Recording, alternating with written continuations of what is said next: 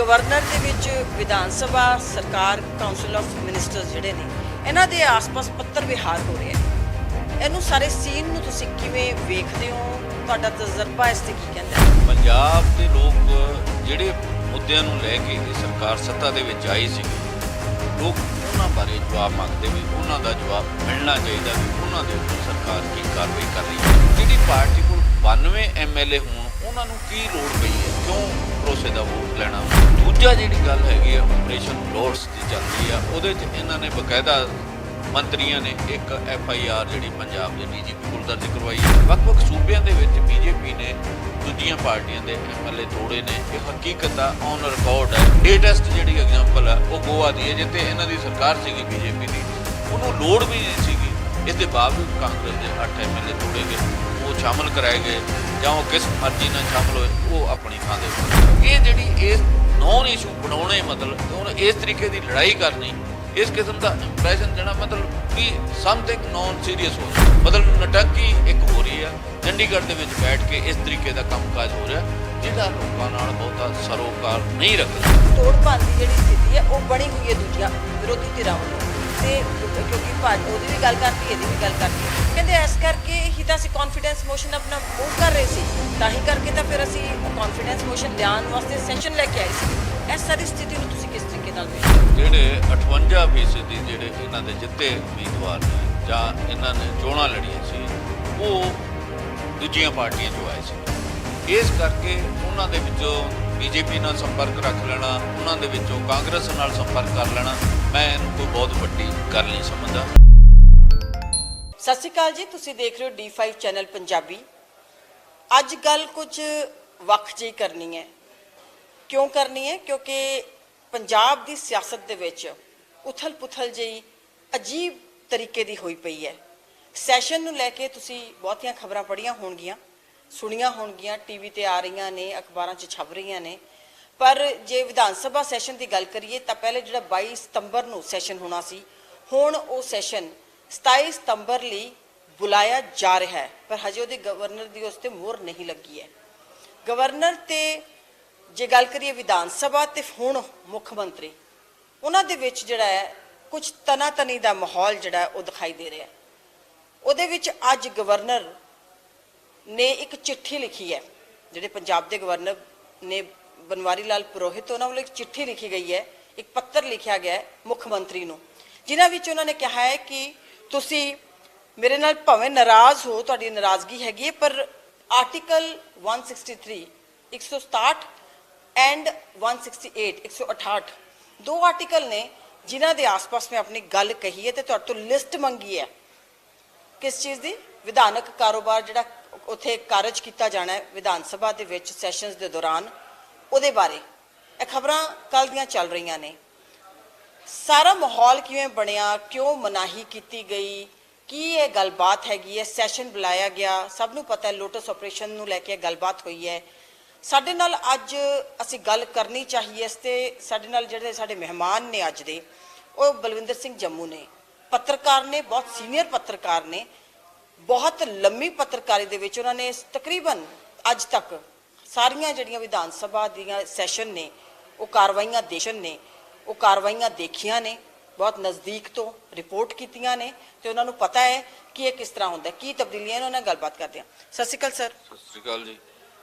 Sir, ਸਾਰਾ ਦਾ ਸਾਰਾ ਮਾਹੌਲ ਜਿਵੇਂ ਅੱਜ ਚੱਲ ਰਿਹਾ, ਤੁਸੀਂ ਦੇਖ ਰਹੇ ਹੋ, ਸੈਸ਼ਨ ਨੂੰ ਲੈ ਕੇ ਲੋਟਸ ਆਪਰੇਸ਼ਨ ਤੋਂ ਗੱਲ ਸ਼ੁਰੂ ਹੋਈ ਸੀਗੀ, ਤੇ ਸੈਸ਼ਨ ਮੈਨੂੰ ਤਾਂ ਆਪਣੀ ਜਿੱਥੋਂ ਤੱਕ ਯਾਦ ਆਉਂਦਾ ਹੈ ਕਦੀ ਇੱਦਾਂ ਸੈਸ਼ਨ ਨੂੰ ਹੋਇਆ ਨਹੀਂ ਕਿ ਮਨਾਈ ਹੋਈ ਹੋਵੇ। ਗਵਰਨਰ ਦੇ ਵਿੱਚ ਵਿਧਾਨ ਸਭਾ ਸਰਕਾਰ ਕਾਉਂਸਲ ਆਫ ਮਿਨਿਸਟਰਸ ਜਿਹੜੇ ਨੇ ਇਹਨਾਂ ਦੇ ਆਸ-ਪਾਸ ਪੱਤਰ ਵਿਹਾਰ ਹੋ ਰਿਹਾ ਹੈ। ਇਹਨੂੰ ਸਾਰੇ ਸੀਨ ਨੂੰ ਤੁਸੀਂ ਕਿਵੇਂ ਵੇਖਦੇ ਹੋ? ਤੁਹਾਡਾ ਤਜਰਬਾ ਇਸ ਤੇ ਕੀ ਕਹਿੰਦਾ ਹੈ? ਦੇਖੋ, ਇਸ ਵੇਲੇ ਜਿਹੜੀ ਸਥਿਤੀ ਹੈ ਨਾ, ਬੜੀ ਹਾਸੋਹੀਣੀ ਜੀ ਬਣੀ ਹੋਈ ਹੈ। ਪੰਜਾਬ ਦੇ ਲੋਕ ਜਿਹੜੇ ਮੁੱਦਿਆਂ ਨੂੰ ਲੈ ਕੇ ਇਹ ਸਰਕਾਰ ਸੱਤਾ ਦੇ ਵਿੱਚ ਆਈ ਸੀਗੀ, ਲੋਕ ਉਹਨਾਂ ਬਾਰੇ ਜਵਾਬ ਮੰਗਦੇ ਵੀ ਉਹਨਾਂ ਦਾ ਜਵਾਬ ਮਿਲਣਾ ਚਾਹੀਦਾ ਵੀ ਉਹਨਾਂ ਦੇ ਉੱਪਰ ਸਰਕਾਰ ਕੀ ਕਾਰਵਾਈ ਕਰ ਰਹੀ ਹੈ। ਪਹਿਲਾਂ ਇਹਨਾਂ ਨੇ ਇਹ ਕਹਿਣਾ ਕਿ ਅਸੀਂ ਵਿਸ਼ਵਾਸ ਮਤ ਲੈਣਾ, ਭਰੋਸੇ ਦਾ ਵੋਟ ਲੈਣਾ। ਜਿਹੜੀ ਪਾਰਟੀ ਕੋਲ 92 MLA ਹੋਣ ਉਹਨਾਂ ਨੂੰ ਕੀ ਲੋੜ ਪਈ ਹੈ, ਕਿਉਂ ਭਰੋਸੇ ਦਾ ਵੋਟ ਲੈਣਾ ਉਹਨਾਂ ਨੇ? ਇੱਕ ਤਾਂ ਇਹ ਸਵਾਲ ਵੱਡੇ ਪੱਧਰ ਤੇ ਪੁੱਛਿਆ ਜਾ ਰਿਹਾ। ਦੂਜਾ ਜਿਹੜੀ ਗੱਲ ਹੈਗੀ ਆ ਆਪਰੇਸ਼ਨ ਲੋਟਸ ਦੀ ਚੱਲ ਰਹੀ ਆ, ਉਹਦੇ 'ਚ ਇਹਨਾਂ ਨੇ ਬਕਾਇਦਾ ਮੰਤਰੀਆਂ ਨੇ ਇੱਕ FIR ਜਿਹੜੀ ਪੰਜਾਬ ਦੇ DGP ਕੋਲ ਦਰਜ ਕਰਵਾਈ ਹੈ, ਉਹਦੀ ਆਪਣੇ ਤੌਰ ਤੇ ਇਨਵੈਸਟੀਗੇਸ਼ਨ ਜਿਹੜੀ ਚੱਲ ਰਹੀ ਹੈ। ਪਰ ਜਿੱਥੋਂ ਤੱਕ ਅਸੀਂ ਹਿੰਦੁਸਤਾਨ ਦੇ ਵਿੱਚ ਨਿਗਾਹ ਮਾਰਦੇ ਹਾਂ, ਵੱਖ-ਵੱਖ ਸੂਬਿਆਂ ਦੇ ਵਿੱਚ BJP ਨੇ ਦੂਜੀਆਂ ਪਾਰਟੀਆਂ ਦੇ MLA ਤੋੜੇ ਨੇ, ਇਹ ਹਕੀਕਤ ਆ, ਔਨ ਰਿਕਾਰਡ ਹੈ, ਇਹਦੇ ਤੇ ਕੋਈ ਡਿਨਾਈ ਨਹੀਂਗਾ। ਅਸੀਂ ਰੋਜ਼ ਦੇਖਦੇ ਹਾਂ। ਲੇਟੈਸਟ ਜਿਹੜੀ ਐਗਜ਼ਾਮਪਲ ਆ ਉਹ ਗੋਆ ਦੀ ਹੈ, ਜਿੱਥੇ ਇਹਨਾਂ ਦੀ ਸਰਕਾਰ ਸੀਗੀ BJP ਦੀ, ਉਹਨੂੰ ਲੋੜ ਵੀ ਨਹੀਂ ਸੀਗੀ, ਇਸ ਦੇ ਬਾਵਜੂਦ ਕਾਂਗਰਸ ਦੇ 8 MLA ਤੋੜੇ ਗਏ, ਉਹ ਸ਼ਾਮਲ ਕਰਾਏ ਗਏ, ਜਾਂ ਉਹ ਕਿਸ ਮਰਜ਼ੀ ਨਾਲ ਸ਼ਾਮਲ ਹੋਏ, ਉਹ ਆਪਣੀ ਥਾਂ ਦੇ ਉੱਪਰ ਹੈਗਾ।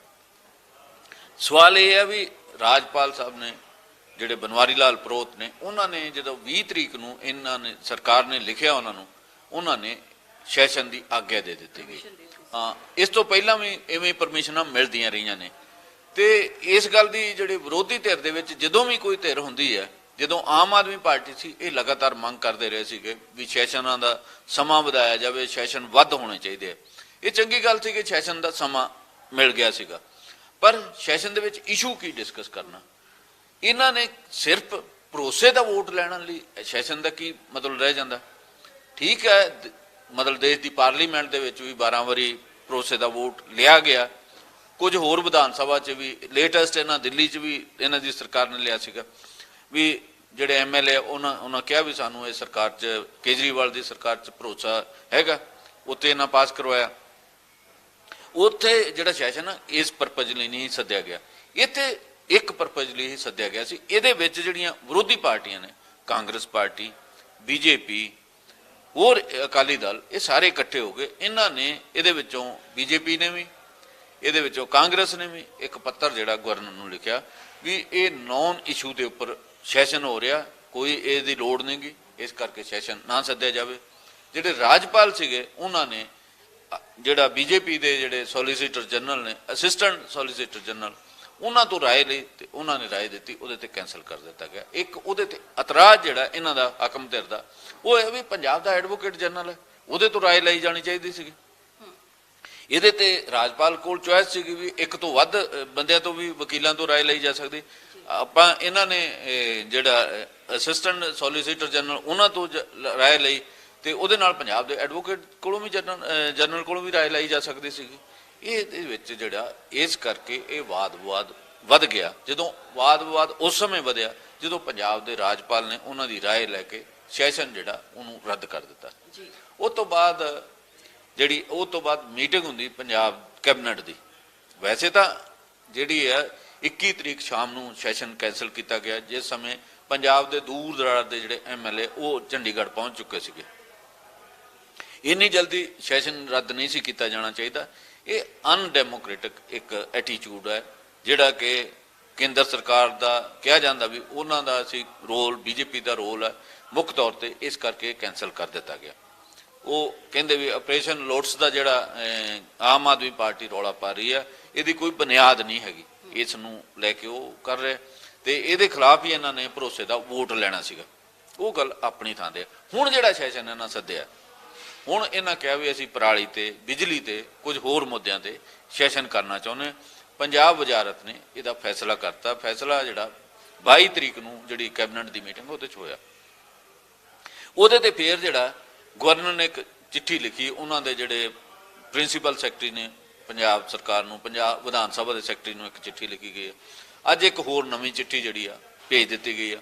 ਉਹਦੇ ਵਿੱਚ ਉਹਨਾਂ ਪੁੱਛਿਆ ਵੀ ਕੀ ਮੁੱਦੇ ਕੀ ਆ, ਤੁਸੀਂ ਕੀ ਸੈਸ਼ਨ ਦੇ ਵਿੱਚ ਡਿਸਕਸ ਕਰਨਾ ਚਾਹੁੰਦੇ ਹੋ। ਵੈਸੇ ਤਾਂ ਹੁਣ ਤੱਕ ਇਹ ਕਦੇ ਪੁੱਛਿਆ ਨਹੀਂ ਗਿਆ, ਆਮ ਤੌਰ ਤੇ ਇਹ ਕਦੇ ਗੱਲ ਨਹੀਂ ਹੋਈ। ਇੱਕ ਥਾਂ ਤੇ ਮੈਂ ਤੁਹਾਨੂੰ ਦੱਸ ਦਿਆਂ, ਕੇਰਲਾ ਦੇ ਵਿੱਚ, ਕੇਰਲਾ ਦੇ ਜਿਹੜੇ ਗਵਰਨਰ ਸੀਗੇ ਆਰਿਫ ਮੁਹੰਮਦ ਖਾਨ, ਜਦੋਂ ਤਿੰਨੇ ਖੇਤੀ ਕਾਨੂੰਨ ਦਾ ਮਾਮਲਾ ਚੱਲ ਰਿਹਾ ਸੀਗਾ, ਉਹਨਾਂ ਕਿਹਾ ਵੀ ਮੈਂ ਇਹਦੇ ਤੇ ਸੈਸ਼ਨ ਨਹੀਂ ਕਰਾਂਗਾ, ਨਹੀਂ ਆਗੇ ਦੇਵਾਂਗਾ। ਉੱਥੋਂ ਦੇ ਸਰਕਾਰ ਨੇ, ਉੱਥੋਂ ਦੇ ਮੁੱਖ ਮੰਤਰੀ ਨੇ ਕਿਹਾ ਸੀਗਾ ਤੇ you are duty bound to hold the session, ਤੁਸੀਂ ਇਨਕਾਰ ਨਹੀਂ ਕਰ ਸਕਦੇ, ਅਸੀਂ ਕਰਾਂਗੇ। ਅਲਟੀਮੇਟਲੀ ਆਰਿਫ ਮੁਹੰਮਦ ਖਾਨ ਉਹਨਾਂ ਨੂੰ ਉਹਦੀ ਆਗਿਆ ਦੇਣੀ ਪਈ ਸੀਗੀ, ਉਹ ਸੈਸ਼ਨ ਹੋਇਆ ਸੀਗਾ। ਉਸੇ ਮੁੱਦੇ ਨੂੰ ਲੈ ਕੇ ਕੁਝ ਹੋਰ ਵਿਧਾਨ ਸਭਾ ਨੇ ਵੀ ਸੈਸ਼ਨ ਕੀਤੇ ਸੀਗੇ ਵੀ ਤਿੰਨੇ ਖੇਤੀ ਕਾਨੂੰਨ ਰੱਦ ਕਰਨ ਦੇ। ਉਹਦੇ ਵਿੱਚ ਛੱਤੀਸਗੜ੍ਹ ਵੀ ਸ਼ਾਮਲ ਸੀਗੇ, ਉਹਦੇ ਵਿੱਚ ਮੇਰੇ ਕੋਲ ਜਿਹੜੀ ਸਾਡੇ ਨੇੜੇ ਰਾਜਸਥਾਨ ਦੀ ਸਰਕਾਰ ਵੀ ਸ਼ਾਮਲ ਸੀ, ਇੱਕ ਦੋ ਹੋਰ ਸਰਕਾਰਾਂ ਸ਼ਾਮਲ ਸੀਗੀਆਂ। ਸੋ ਕੌਂਸਲ ਆਫ ਮਿਨਿਸਟਰ ਨੂੰ ਇਹ ਪਾਵਰ ਹੈ, ਅਧਿਕਾਰ ਹੈ ਵੀ ਉਹ ਸੈਸ਼ਨ ਬੁਲਾ ਸਕਦੀ ਹੈ। ਪਰ ਸੈਸ਼ਨ ਦਾ ਏਜੰਡਾ ਕੀ ਹੋਵੇ, ਇਹਨੂੰ ਲੈ ਕੇ ਵੱਖੋ ਵੱਖਰੀ ਓਪੀਨੀਅਨ ਹੈਗੀ ਵੀ ਜਿਹੜਾ ਬਿਜ਼ਨਸ ਐਡਵਾਈਜ਼ਰੀ ਕਮੇਟੀ ਹੈ, ਜਿਹਦੇ ਵਿੱਚ ਵਿਧਾਨ ਸਭਾ ਦਾ ਸਪੀਕਰ, ਜਿਹਦੇ ਵਿੱਚ ਵਿਰੋਧੀ ਧਿਰ ਦੇ ਮੈਂਬਰ ਹੁੰਦੇ, ਉਹ ਏਜੰਡਾ ਡਿਸਕਸ ਕਰਦੇ ਆ ਵੀ ਕੀ ਏਜੰਡਾ ਹੋਵੇਗਾ, ਕਿਵੇਂ ਅਸੀਂ ਕੰਮਕਾਜ ਸੈਸ਼ਨ ਦਾ ਨਿਪਟਾਉਣਾ। ਅੱਜ ਤੱਕ ਤਾਂ ਕਿਸੇ ਗਵਰਨਰ ਨੇ ਉਹਦੇ ਵਿੱਚ ਦਖਲਅੰਦਾਜ਼ੀ ਨਹੀਂ ਕੀਤੀ, ਪਰ ਹੁਣ ਇਹ ਕਿਉਂਕਿ ਟਕਰਾਅ ਸ਼ੁਰੂ ਹੋ ਗਿਆ, ਇਸ ਕਰਕੇ ਇਸ ਤਰੀਕੇ ਦੀ ਨੌਬਤ ਆਈ ਹੈ। ਪਰ ਸਵਾਲ ਇਹਦੇ ਤੋਂ ਵੱਡਾ ਇਹ ਹੈਗਾ ਵੀ ਪੰਜਾਬ ਦੇ ਲੋਕ ਕੀ ਡਿਮਾਂਡ ਕਰਦੇ, ਪੰਜਾਬ ਦੇ ਲੋਕ ਕੀ ਚਾਹੁੰਦੇ ਆ, ਕੀ ਹੋਣਾ ਚਾਹੀਦਾ, ਉਹਦੇ ਵੱਲ ਧਿਆਨ ਦੇਣ ਦੀ ਲੋੜ ਹੈ ਸਰਕਾਰ ਨੂੰ ਵੀ ਤੇ ਪੰਜਾਬ ਦੇ ਰਾਜਪਾਲ ਨੂੰ ਵੀ। ਇਹ ਜਿਹੜੀ ਇਸ ਨੌਨ ਇਸ਼ੂ ਬਣਾਉਣੇ, ਮਤਲਬ ਉਹਨੂੰ ਇਸ ਤਰੀਕੇ ਦੀ ਲੜਾਈ ਕਰਨੀ, ਇਸ ਕਿਸਮ ਦਾ ਇੰਪ੍ਰੈਸ਼ਨ ਦੇਣਾ, ਮਤਲਬ ਵੀ ਸਮਥਿੰਗ ਨੌਨ ਸੀਰੀਅਸ ਹੋ ਰਿਹਾ, ਮਤਲਬ ਨਟੰਕੀ ਇੱਕ ਹੋ ਰਹੀ ਹੈ। ਚੰਡੀਗੜ੍ਹ ਦੇ ਵਿੱਚ ਬੈਠ ਕੇ ਇਸ ਤਰੀਕੇ ਦਾ ਕੰਮਕਾਜ ਹੋ ਰਿਹਾ ਜਿਹੜਾ ਲੋਕਾਂ ਨਾਲ ਬਹੁਤਾ ਸਰੋਕਾਰ ਨਹੀਂ ਰੱਖਦਾ। ਆਪ ਦਾ ਆਪਣਾ ਹੈਗਾ ਵੀ ਇਹ ਸਾਡੇ ਤੇ ਉੱਪਰ ਸਾਡੇ ਵਿਧਾਇਕਾਂ ਨੂੰ ਤੋੜਨਾ ਚਾਹੁੰਦੇ ਆ, ਉਹਦੀ ਆਪਣੀ ਵੱਖਰੀ ਇੱਕ ਜਾਂਚ ਹੈਗੀ। ਸਰ ਵਿਧਾਇਕਾਂ ਨੂੰ ਤੋੜਨ ਦੀ ਜਿੱਥੇ ਤੱਕ ਗੱਲ ਆਈ ਹੈ, ਸਰ ਕਾਂਗਰਸ ਪਾਰਟੀ ਨੇ ਵੀ ਪ੍ਰੈਸ ਕਾਨਫਰੰਸ ਕੀਤੀਆਂ ਪਿਛਲੇ ਦਿਨੀ, ਉਦੋਂ ਹੀ ਅਕਾਲੀ ਦਲ ਨੇ ਵੀ ਕੀਤੀ ਹੈ। ਪਰ ਜਿਹੜੀ ਕਾਂਗਰਸ ਪਾਰਟੀ ਨੇ ਪ੍ਰੈਸ ਕਾਨਫਰੰਸ ਕੀਤੀ ਸੀ ਜਿਹਦੇ 'ਚ ਪ੍ਰਤਾਪ ਬਾਜਵਾ ਤੇ ਰਾਜਾ ਵੜਿੰਗ ਬੈਠੇ ਸੀਗੇ, ਤੇ ਰਾਜਾ ਵੜਿੰਗ ਨੇ ਉੱਥੇ ਸਪੈਸ਼ਲੀ ਕਿਹਾ ਸੀਗਾ ਕਿ ਜੇ ਇੰਟਰਸਟ ਦੀ ਗੱਲ ਕਰੀਏ ਐਮਐਲਏਜ਼ ਦੀ ਜਾਂ ਉਹਨਾਂ ਦੇ ਆਉਣ ਦੀ ਗੱਲ ਕਰੀਏ ਤੇ 7 ਦੇ ਕਰੀਬ ਜਿਹੜੇ ਨੇ ਐਮਐਲਏਜ਼ ਸਾਡੇ ਵੱਲ ਆਉਣ ਨੂੰ ਤਿਆਰ ਬੈਠੇ ਨੇ, ਗੱਲਬਾਤ ਸਾਡੇ ਨਾਲ 7-8 ਦੀ ਚੱਲ ਰਹੀ ਹੈ। ਉਧਰ 3-4 ਦੀ ਗੱਲ ਕਹਿੰਦੇ ਆ ਵੀ ਭਾਜਪਾ ਨਾਲ ਚੱਲ ਰਹੀ ਹੈ। ਉਹਨਾਂ ਨੇ ਇਹ ਚੀਜ਼ ਕਲੇਮ ਕੀਤੀ ਸੀਗੀ ਆਪਣੀ ਪ੍ਰੈਸ ਕਾਨਫਰੰਸ ਦੇ ਵਿੱਚ ਬੈਠ ਕੇ। ਜਦੋਂ ਇਹ ਸਾਰੀਆਂ ਇਦਾਂ ਦੀਆਂ ਗੱਲਾਂ ਹੁੰਦੀਆਂ ਨੇ ਸਰ, ਤੇ ਇਹਦੇ ਵਿੱਚੋਂ ਅੱਜ ਜਿਵੇਂ ਹੁਣ ਅੱਜ ਅਮਨ ਅਰੋੜਾ ਜਿਹੜੇ ਨੇ, ਉਹਨਾਂ ਨੇ ਅੱਜ ਮੰਤਰੀ ਨੇ, ਕੈਬਨਿਟ ਮਿਨਿਸਟਰ, ਉਹਨਾਂ ਨੇ ਫੇਰ ਇੱਕ ਪ੍ਰੈਸ ਕਾਨਫਰੰਸ ਕੀਤੀ ਹੈ। ਉਸ ਪ੍ਰੈਸ ਕਾਨਫਰੰਸ ਦੇ ਵਿੱਚ ਉਹਨਾਂ ਨੇ ਕਿਹਾ ਹੈ ਕਿ ਤਾਂ ਹੀ ਤਾਂ ਅਸੀਂ ਪ੍ਰੂਵ ਕਰਨਾ ਚਾਹੁੰਦੇ ਸੀ, ਹੁਣ ਤਾਂ ਆਪ ਹੀ ਉਹਨਾਂ ਨੇ ਗੱਲ ਕਹਿ ਦਿੱਤੀ ਵਿਰੋਧੀ ਧਿਰ ਨੇ ਬਈ ਜਿਹੜੇ ਹੈ ਨੇ ਆਮ ਆਦਮੀ ਪਾਰਟੀ ਦੇ ਕੁਝ ਐਮਐਲਏ ਉਹ ਦੂਜੀਆਂ ਪਾਰਟੀਆਂ ਦੇ ਵਿੱਚ ਤਾਲਮੇਲ ਕਰ ਰਹੇ ਨੇ, ਜਾਣ ਲਈ ਤਿਆਰ ਨੇ। ਤੋੜ ਭੰਨ ਦੀ ਜਿਹੜੀ ਸਥਿਤੀ ਹੈ ਉਹ ਬਣੀ ਹੋਈ ਹੈ ਦੂਜੀਆਂ ਵਿਰੋਧੀ ਧਿਰਾਂ ਵੱਲੋਂ, ਤੇ ਕਿਉਂਕਿ ਉਹਦੀ ਵੀ ਗੱਲ ਕਰਤੀ, ਇਹਦੀ ਵੀ ਗੱਲ ਕਰਤੀ, ਕਹਿੰਦੇ ਇਸ ਕਰਕੇ ਹੀ ਤਾਂ ਅਸੀਂ ਕੌਨਫੀਡੈਂਸ ਮੋਸ਼ਨ ਆਪਣਾ ਮੂਵ ਕਰ ਰਹੇ ਸੀ, ਤਾਂ ਹੀ ਕਰਕੇ ਤਾਂ ਫਿਰ ਅਸੀਂ ਕੌਨਫੀਡੈਂਸ ਮੋਸ਼ਨ ਲਿਆਉਣ ਵਾਸਤੇ ਸੈਸ਼ਨ ਲੈ ਕੇ ਆਏ ਸੀਗੇ। ਇਸ ਸਾਰੀ ਸਥਿਤੀ ਨੂੰ ਤੁਸੀਂ ਕਿਸ ਤਰੀਕੇ ਨਾਲ ਵੇਖਦੇ ਹੋ? ਦੇਖੋ, ਜਿਹੜੇ 58% ਜਿਹੜੇ ਇਹਨਾਂ ਦੇ ਜਿੱਤੇ ਉਮੀਦਵਾਰ ਨੇ ਜਾਂ ਇਹਨਾਂ ਨੇ ਚੋਣਾਂ ਲੜੀਆਂ ਸੀ, ਉਹ ਦੂਜੀਆਂ ਪਾਰਟੀਆਂ ਚੋਂ ਆਏ ਸੀਗੇ। ਇਸ ਕਰਕੇ ਉਹਨਾਂ ਦੇ ਵਿੱਚੋਂ ਬੀਜੇਪੀ ਨਾਲ ਸੰਪਰਕ ਰੱਖ ਲੈਣਾ, ਉਹਨਾਂ ਦੇ ਵਿੱਚੋਂ ਕਾਂਗਰਸ ਨਾਲ ਸੰਪਰਕ ਕਰ ਲੈਣਾ, ਮੈਂ ਇਹਨੂੰ ਕੋਈ ਬਹੁਤ ਵੱਡੀ ਗੱਲ ਨਹੀਂ ਸਮਝਦਾ। ਇਹ ਹੋ ਸਕਦਾ ਕਿਉਂਕਿ ਜਿਹੜੀਆਂ ਪਾਰਟੀਆਂ ਚੋਂ ਆਏ ਉਹਨਾਂ ਨਾਲ ਸੰਪਰਕ ਹੋ ਸਕਦਾ ਉਹਨਾਂ ਦਾ, ਪਰ ਇਹਦੇ ਵਿੱਚ ਜਿਹੜਾ ਐਂਟੀ ਡਿਫੈਕਸ਼ਨ ਲਾ ਉਹ ਵੀ ਤਾਂ ਕਿਤੇ ਨਾ ਕਿਤੇ ਐਪਲੀਕੇਬਲ ਹੈਗਾ। ਇਹ ਠੀਕ ਹੈ ਜੇ ਉਹ ਇਹ ਪਾਸੇ ਜਾਣਗੇ, ਜਦੋਂ ਸੈਸ਼ਨ ਹੁੰਦਾ ਉਹਦੇ 'ਚ ਇੱਕ ਚੀਫ ਵਿਪ ਵੱਲੋਂ ਜਿਹੜਾ ਉਹ ਨੋਟਿਸ ਜਾਰੀ ਕਰ ਦਿੱਤਾ ਜਾਂਦਾ ਵੀ ਸਾਰੇ ਮੈਂਬਰ ਹਾਜ਼ਰ ਹੋਣ, ਜਿਹੜੇ ਨਹੀਂ ਹੋਣ ਉਹਨਾਂ ਦੇ ਖਿਲਾਫ ਕਾਰਵਾਈ ਵੀ ਹੋ ਸਕਦੀ ਹੈ। ਇਸ ਕਰਕੇ ਉਹ ਸਥਿਤੀ ਤਾਂ ਉੱਥੋਂ ਤੱਕ ਹੈਗੀ ਹੈ। ਪਰ ਇਹ ਜਿਹੜਾ ਸਾਰਾ ਮਸਲੇ ਨੇ, ਮਸਲੇ ਪੰਜਾਬ ਦੇ ਕੀ ਨੇ? ਪਾਣੀਆਂ ਦਾ ਮੁੱਦਾ ਹੈਗਾ, ਸੁਪਰੀਮ ਕੋਰਟ ਨੇ ਉਹਦੇ ਤੇ, ਕੇਂਦਰ ਸਰਕਾਰ ਨੇ ਉੱਥੇ ਕਹਿਤਾ ਵੀ ਪੰਜਾਬ ਸਰਕਾਰ ਕੋਆਪਰੇਟ ਨਹੀਂ ਕਰਦੀ। ਸਗੋਂ ਪੰਜਾਬ ਸਰਕਾਰ ਨੂੰ ਚਾਹੀਦਾ ਸੀ ਪਾਣੀਆਂ ਦੇ ਮੁੱਦੇ ਦੇ ਉੱਪਰ ਇਹਨਾਂ ਨੂੰ ਹਿਸਟਰੀ ਖੋਲ ਦੇਣੀ ਚਾਹੀਦੀ ਸੀਗੀ ਕੇਂਦਰ ਸਰਕਾਰ ਦੀ ਵੀ ਕਦੋਂ ਨਹੀਂ ਅਸੀਂ ਕੋਆਪਰੇਟ ਕੀਤਾ। ਤੁਸੀਂ ਉਹ ਮਾਮਲਾ ਲਿਆਓ ਨਾ, ਪਾਣੀਆਂ ਦਾ ਮਾਮਲਾ, ਫੈਡਰਲਿਜ਼ਮ ਦੇ ਉੱਪਰ ਕਿੱਥੇ ਕਿੱਥੇ ਹਮਲੇ ਹੋਏ ਉਹ ਮਾਮਲਾ ਲਿਆਓ। ਫਿਰ ਤੁਹਾਨੂੰ ਜਿਹੜਾ ਰੂਰਲ ਡਿਵੈਲਪਮੈਂਟ ਦਾ ਪੈਸਾ ਜਿਹੜਾ ਕੇਂਦਰ ਸਰਕਾਰ ਨੇ 1700 ਕਰੋੜ ਅਜੇ ਤੱਕ ਨਹੀਂ ਦਿੱਤਾ, ਉਹ ਵੀ ਮਾਮਲਾ ਲਿਆਓ ਨਾ। ਇਹ ਸਾਰੇ ਮਾਮਲੇ ਤੁਸੀਂ ਲਿਆਓ, ਤੁਸੀਂ ਇਹ ਦੱਸੋ ਵੀ ਇੱਥੇ ਇੱਥੇ ਕੇਂਦਰ ਸਰਕਾਰ ਸਾਡੇ ਨਾਲ ਵਿਤਕਰਾ ਕਰ ਰਹੀ ਹੈ, ਫੈਡਰਲਿਜ਼ਮ ਦੇ ਉੱਪਰ ਇੱਥੇ ਸਾਡੇ ਨਾਲ ਸੱਟ ਮਾਰ ਰਹੀ ਹੈ। ਉਹ ਬੁਨਿਆਦੀ ਇਸ਼ੂ ਨੇ ਪੰਜਾਬ ਦੇ, ਬੁਨਿਆਦੀ ਇਸ਼ੂ ਦੀ ਤੁਸੀਂ ਗੱਲ ਕਰੋ। ਚੰਡੀਗੜ੍ਹ ਦੇ ਵਿੱਚ ਜਿਹੜਾ ਕੇਂਦਰ ਸਰਕਾਰ ਨੇ ਮੁਲਾਜ਼ਮਾਂ ਦੇ ਉੱਪਰ ਇੱਥੇ ਲਾਗੂ ਕੀਤੇ ਨਿਯਮ, ਉਹਦੇ ਤੇ ਵੀ ਲਿਆਓ, ਉਹਨਾਂ ਸਾਰੀਆਂ ਗੱਲਾਂ ਦੇ ਉੱਪਰ ਕਰੋ ਨਾ, ਫਿਰ ਪੰਜਾਬ ਦੇ ਲੋਕਾਂ ਨੂੰ ਲੱਗੇ ਵੀ ਇਹ ਸਹੀ ਦਿਸ਼ਾ ਦੇ ਵਿੱਚ ਜਾ ਰਹੇ। ਦੂਜੀ ਗੱਲ ਜਿਹੜੀ ਹੋਰ ਜਾ ਰਹੀ, ਪੰਜਾਬ ਦੇ ਵਿੱਚ ਇੱਕ ਦਿੱਲੀ ਨਾਲ ਸਦਾ ਇੱਕ ਟਕਰਾਓ ਦੀ ਨੀਤੀ ਬਹੁਤਾ ਸਮਾਂ ਰਹੀ ਹੈ। ਮਤਲਬ ਪੁਰਾਣੇ ਸਮਿਆਂ ਦੇ ਵਿੱਚ ਵੀ ਦਿੱਲੀ ਦੇ ਕਿੰਗਰੇਟ ਆਦਿਆਂ ਸੱਤਾ ਨਾਲ ਰਹੇ। ਇਹ ਜਿਹੜਾ ਟਕਰਾਅ ਜਿਹੜਾ ਇਹ ਆਮ ਆਦਮੀ ਪਾਰਟੀ ਦੇ ਫੇਵਰ 'ਚ ਜਾਊਗਾ। ਜਦੋਂ ਦਿੱਲੀ ਇਸ ਤਰੀਕੇ ਨਾਲ ਕਰੇ ਤਾਂ ਪੰਜਾਬ ਜਿਹੜਾ ਉਸ ਪਾਸੇ ਵੱਲ ਨੂੰ ਜਾਂਦਾ, ਜਿਹੜੀ ਧਿਰ ਉਹਦੇ ਖਿਲਾਫ ਬੋਲਦੀ ਹੋਵੇ, ਜਿਹੜੀ ਲੜਦੀ ਹੋਵੇ। ਇਸ ਸਥਿਤੀ ਦਾ ਟੋਟਲ ਦਾ ਜਿਹੜਾ ਮੈਨੂੰ ਲੱਗਦਾ ਇਸ ਵੇਲੇ ਐਡਵਾਂਟੇਜ ਜਿਹੜਾ ਉਹ ਆਮ ਆਦਮੀ ਪਾਰਟੀ ਨੂੰ ਹੋਏਗਾ। ਜਿਹੜਾ ਦਿੱਲੀ ਨਾਲ ਟਕਰਾਅ ਹੈ, ਇਹ ਟਕਰਾਅ ਜਿਵੇਂ ਵਧੇਗਾ, ਜਿਵੇਂ ਵੱਧਦੇ ਜਾਏਗਾ, ਆਮ ਆਦਮੀ ਪਾਰਟੀ ਕੋਲ ਗਵਾਉਣ ਲਈ ਬਾਹਲਾ ਕੁਝ ਨਹੀਂ ਹੋਏਗਾ, ਉਹਨਾਂ ਨੂੰ ਫਾਇਦਾ ਹੋਏਗਾ। ਇਸ ਕਰਕੇ ਇਹ ਟਕਰਾਅ ਨਹੀਂ ਸੀ ਬਣਨਾ ਚਾਹੀਦਾ। ਤੇ ਜਿਹੜਾ ਕੇਂਦਰ ਸਰਕਾਰ ਵੀ ਆ ਜਾਂ ਜਿਹੜੇ ਰਾਜਪਾਲ ਸਾਹਿਬ ਨੇ ਜਿਹੜਾ ਉਹ ਬਣਾ ਰਹੇ, ਇਹ ਠੀਕ ਨਹੀਂ ਹੈਗਾ। ਹੁਣ ਜਿਹੜਾ ਸੈਸ਼ਨ ਹੋਣਾ, ਉਹ ਸੈਸ਼ਨ ਹੋਣ ਦੇਣਾ ਚਾਹੀਦਾ। ਤੁਸੀਂ ਕਿੰਨਾ ਚਿਰ ਰੁਕੋਗੇ? ਹੋ ਲਓਗੇ? ਤੁਹਾਨੂੰ ਕਾਉਂਸਲ ਆਫ ਮਿਨਿਸਟਰ ਦੀ ਜਿਹੜੀ ਐਡਵਾਈਸ ਆ ਉਹ ਮੰਨਣੀ ਪੈਗੀ। ਜੇ ਨਹੀਂ ਵਾਰ-ਵਾਰ ਮੰਨੋਗੇ ਤਾਂ ਅਲਟੀਮੇਟਲੀ ਉਹਨਾਂ ਨੇ ਪਹਿਲੇ ਤੇ ਕਿਹਾ ਵੀ ਅਸੀਂ ਸੁਪਰੀਮ ਕੋਰਟ ਜਾਵਾਂਗੇ। ਪਹਿਲਾਂ ਸਰਕਾਰੀਆ ਕਮਿਸ਼ਨ ਇਸੇ ਮੰਤਵ ਲਈ ਬਣਿਆ ਸੀਗਾ, ਜਿਨੇ ਵੱਖ ਵੱਖਰੇ ਰੋਲ ਡਿਫਾਈਨ ਕੀਤੇ ਹੋਏ ਆ ਵੀ ਗਵਰਨਰ ਦਾ ਕੀ ਰੋਲ ਹੋਣਾ ਚਾਹੀਦਾ, ਫਲਾਣੇ ਦਾ ਕੀ ਰੋਲ ਹੋਣਾ ਚਾਹੀਦਾ। ਕੇਂਦਰ ਸਰਕਾਰ ਰਾਜਾਂ ਦੇ ਵੱਧ ਅਧਿਕਾਰਾਂ ਦੇ ਮੁੱਦੇ ਦੇ ਉੱਪਰ ਵੈਸੇ ਬੈਕਗ੍ਰਾਉਂਡ ਤਾਂ ਉਹਦੀ ਇਹੀ ਸੀਗੀ ਕਿ ਜਿਹੜਾ ਅਨੰਦਪੁਰ ਸਾਹਿਬ ਦਾ ਮਤਾ ਸੂਬਿਆਂ ਨੂੰ ਵੱਧ ਅਧਿਕਾਰ ਦੇਣ, ਉਹਦੇ ਵਿੱਚ ਬਣਿਆ ਸੀਗਾ, ਉਸ ਬੈਕਗ੍ਰਾਉਂਡ ਦੇ ਵਿੱਚ ਬਣਿਆ ਸੀਗਾ। ਸਰ ਇੱਕ ਮਿੰਟ ਇੱਥੇ ਮੈਂ ਤੁਹਾਨੂੰ ਰੁਕਾਂਗੀ। ਸਰ ਜਿਵੇਂ ਇਹਨਾਂ ਨੇ ਜੀ ਸਪੈਸ਼ਲੀ ਜਿਹੜੀ ਚਿੱਠੀ ਆਈ ਹੈ ਉਹਦੇ ਚ ਆਰਟੀਕਲ 167 ਦੇ ਵਿੱਚ ਉਹਨਾਂ ਨੇ ਕਿਹਾ ਕਿ duties of the chief minister as respect the furnishing of the information to governor, it shall be the duty of the chief minister of each state to communicate the governor of the state all decision of the council of ministers relating to the administration, the affair of state and proposals for legislature। ਇੱਕ ਤਾਂ ਇਹ ਗੱਲ, ਦੂਜੀ to furnish such information related to the administration of the affairs of the state and proposals for the legislation as governor may call for। ਉਹਨਾਂ ਦਾ ਇਹੀ ਕਹਿਣਾ ਕਿ ਪ੍ਰਸ਼ਾਸਨਿਕ ਕੰਮਕਾਜ ਜਿਹੜੇ ਨੇ ਜਾਂ ਜੋ ਵੀ ਉਹਦੀ ਜਿਹੜੀ ਹੈ ਗਵਰਨਰ ਨੂੰ ਦੱਸਣਾ ਜ਼ਰੂਰੀ ਹੈ। ਈਵਨ ਇਹਨਾਂ ਨੇ ਇੱਕ 3C ਦੇ ਵਿੱਚ ਇਹ ਵੀ ਮੈਂਸ਼ਨ ਕੀਤਾ ਹੈ ਕਿ ਜੇ ਹੋ ਸਕੇ ਤਾਂ ਜੇ ਕਾਉਂਸਲ ਆਫ ਮਿਨਿਸਟਰਸ ਕਿਸੇ ਨਾ ਕਿਸੇ ਗੱਲ ਤੇ ਨਹੀਂ ਵੀ ਕਿਸੇ ਮੁੱਦੇ ਤੇ ਉਹਨਾਂ ਨੂੰ ਨਹੀਂ ਵੀ ਜਾਣਕਾਰੀ ਹੁੰਦੀ ਤੇ ਇੱਕ ਮਿਨਿਸਟਰ ਵੀ ਕੋਈ ਜੇ ਲੈ ਲੈਂਦਾ ਡਿਸੀਜਨ ਤੇ ਉਹ ਵੀ ਗਵਰਨਰ ਜੇ ਚਾਹੇ ਪੁੱਛਣਾ ਵੀ ਦੱਸੋ ਮੈਨੂੰ ਤਾਂ ਦੱਸਣਾ ਪਏਗਾ। ਇਹ ਸਾਰੀਆਂ ਦੀ ਸਾਰੀਆਂ ਉਹਨਾਂ ਨੇ ਹਵਾਲੇ ਦਿੱਤੇ ਨੇ।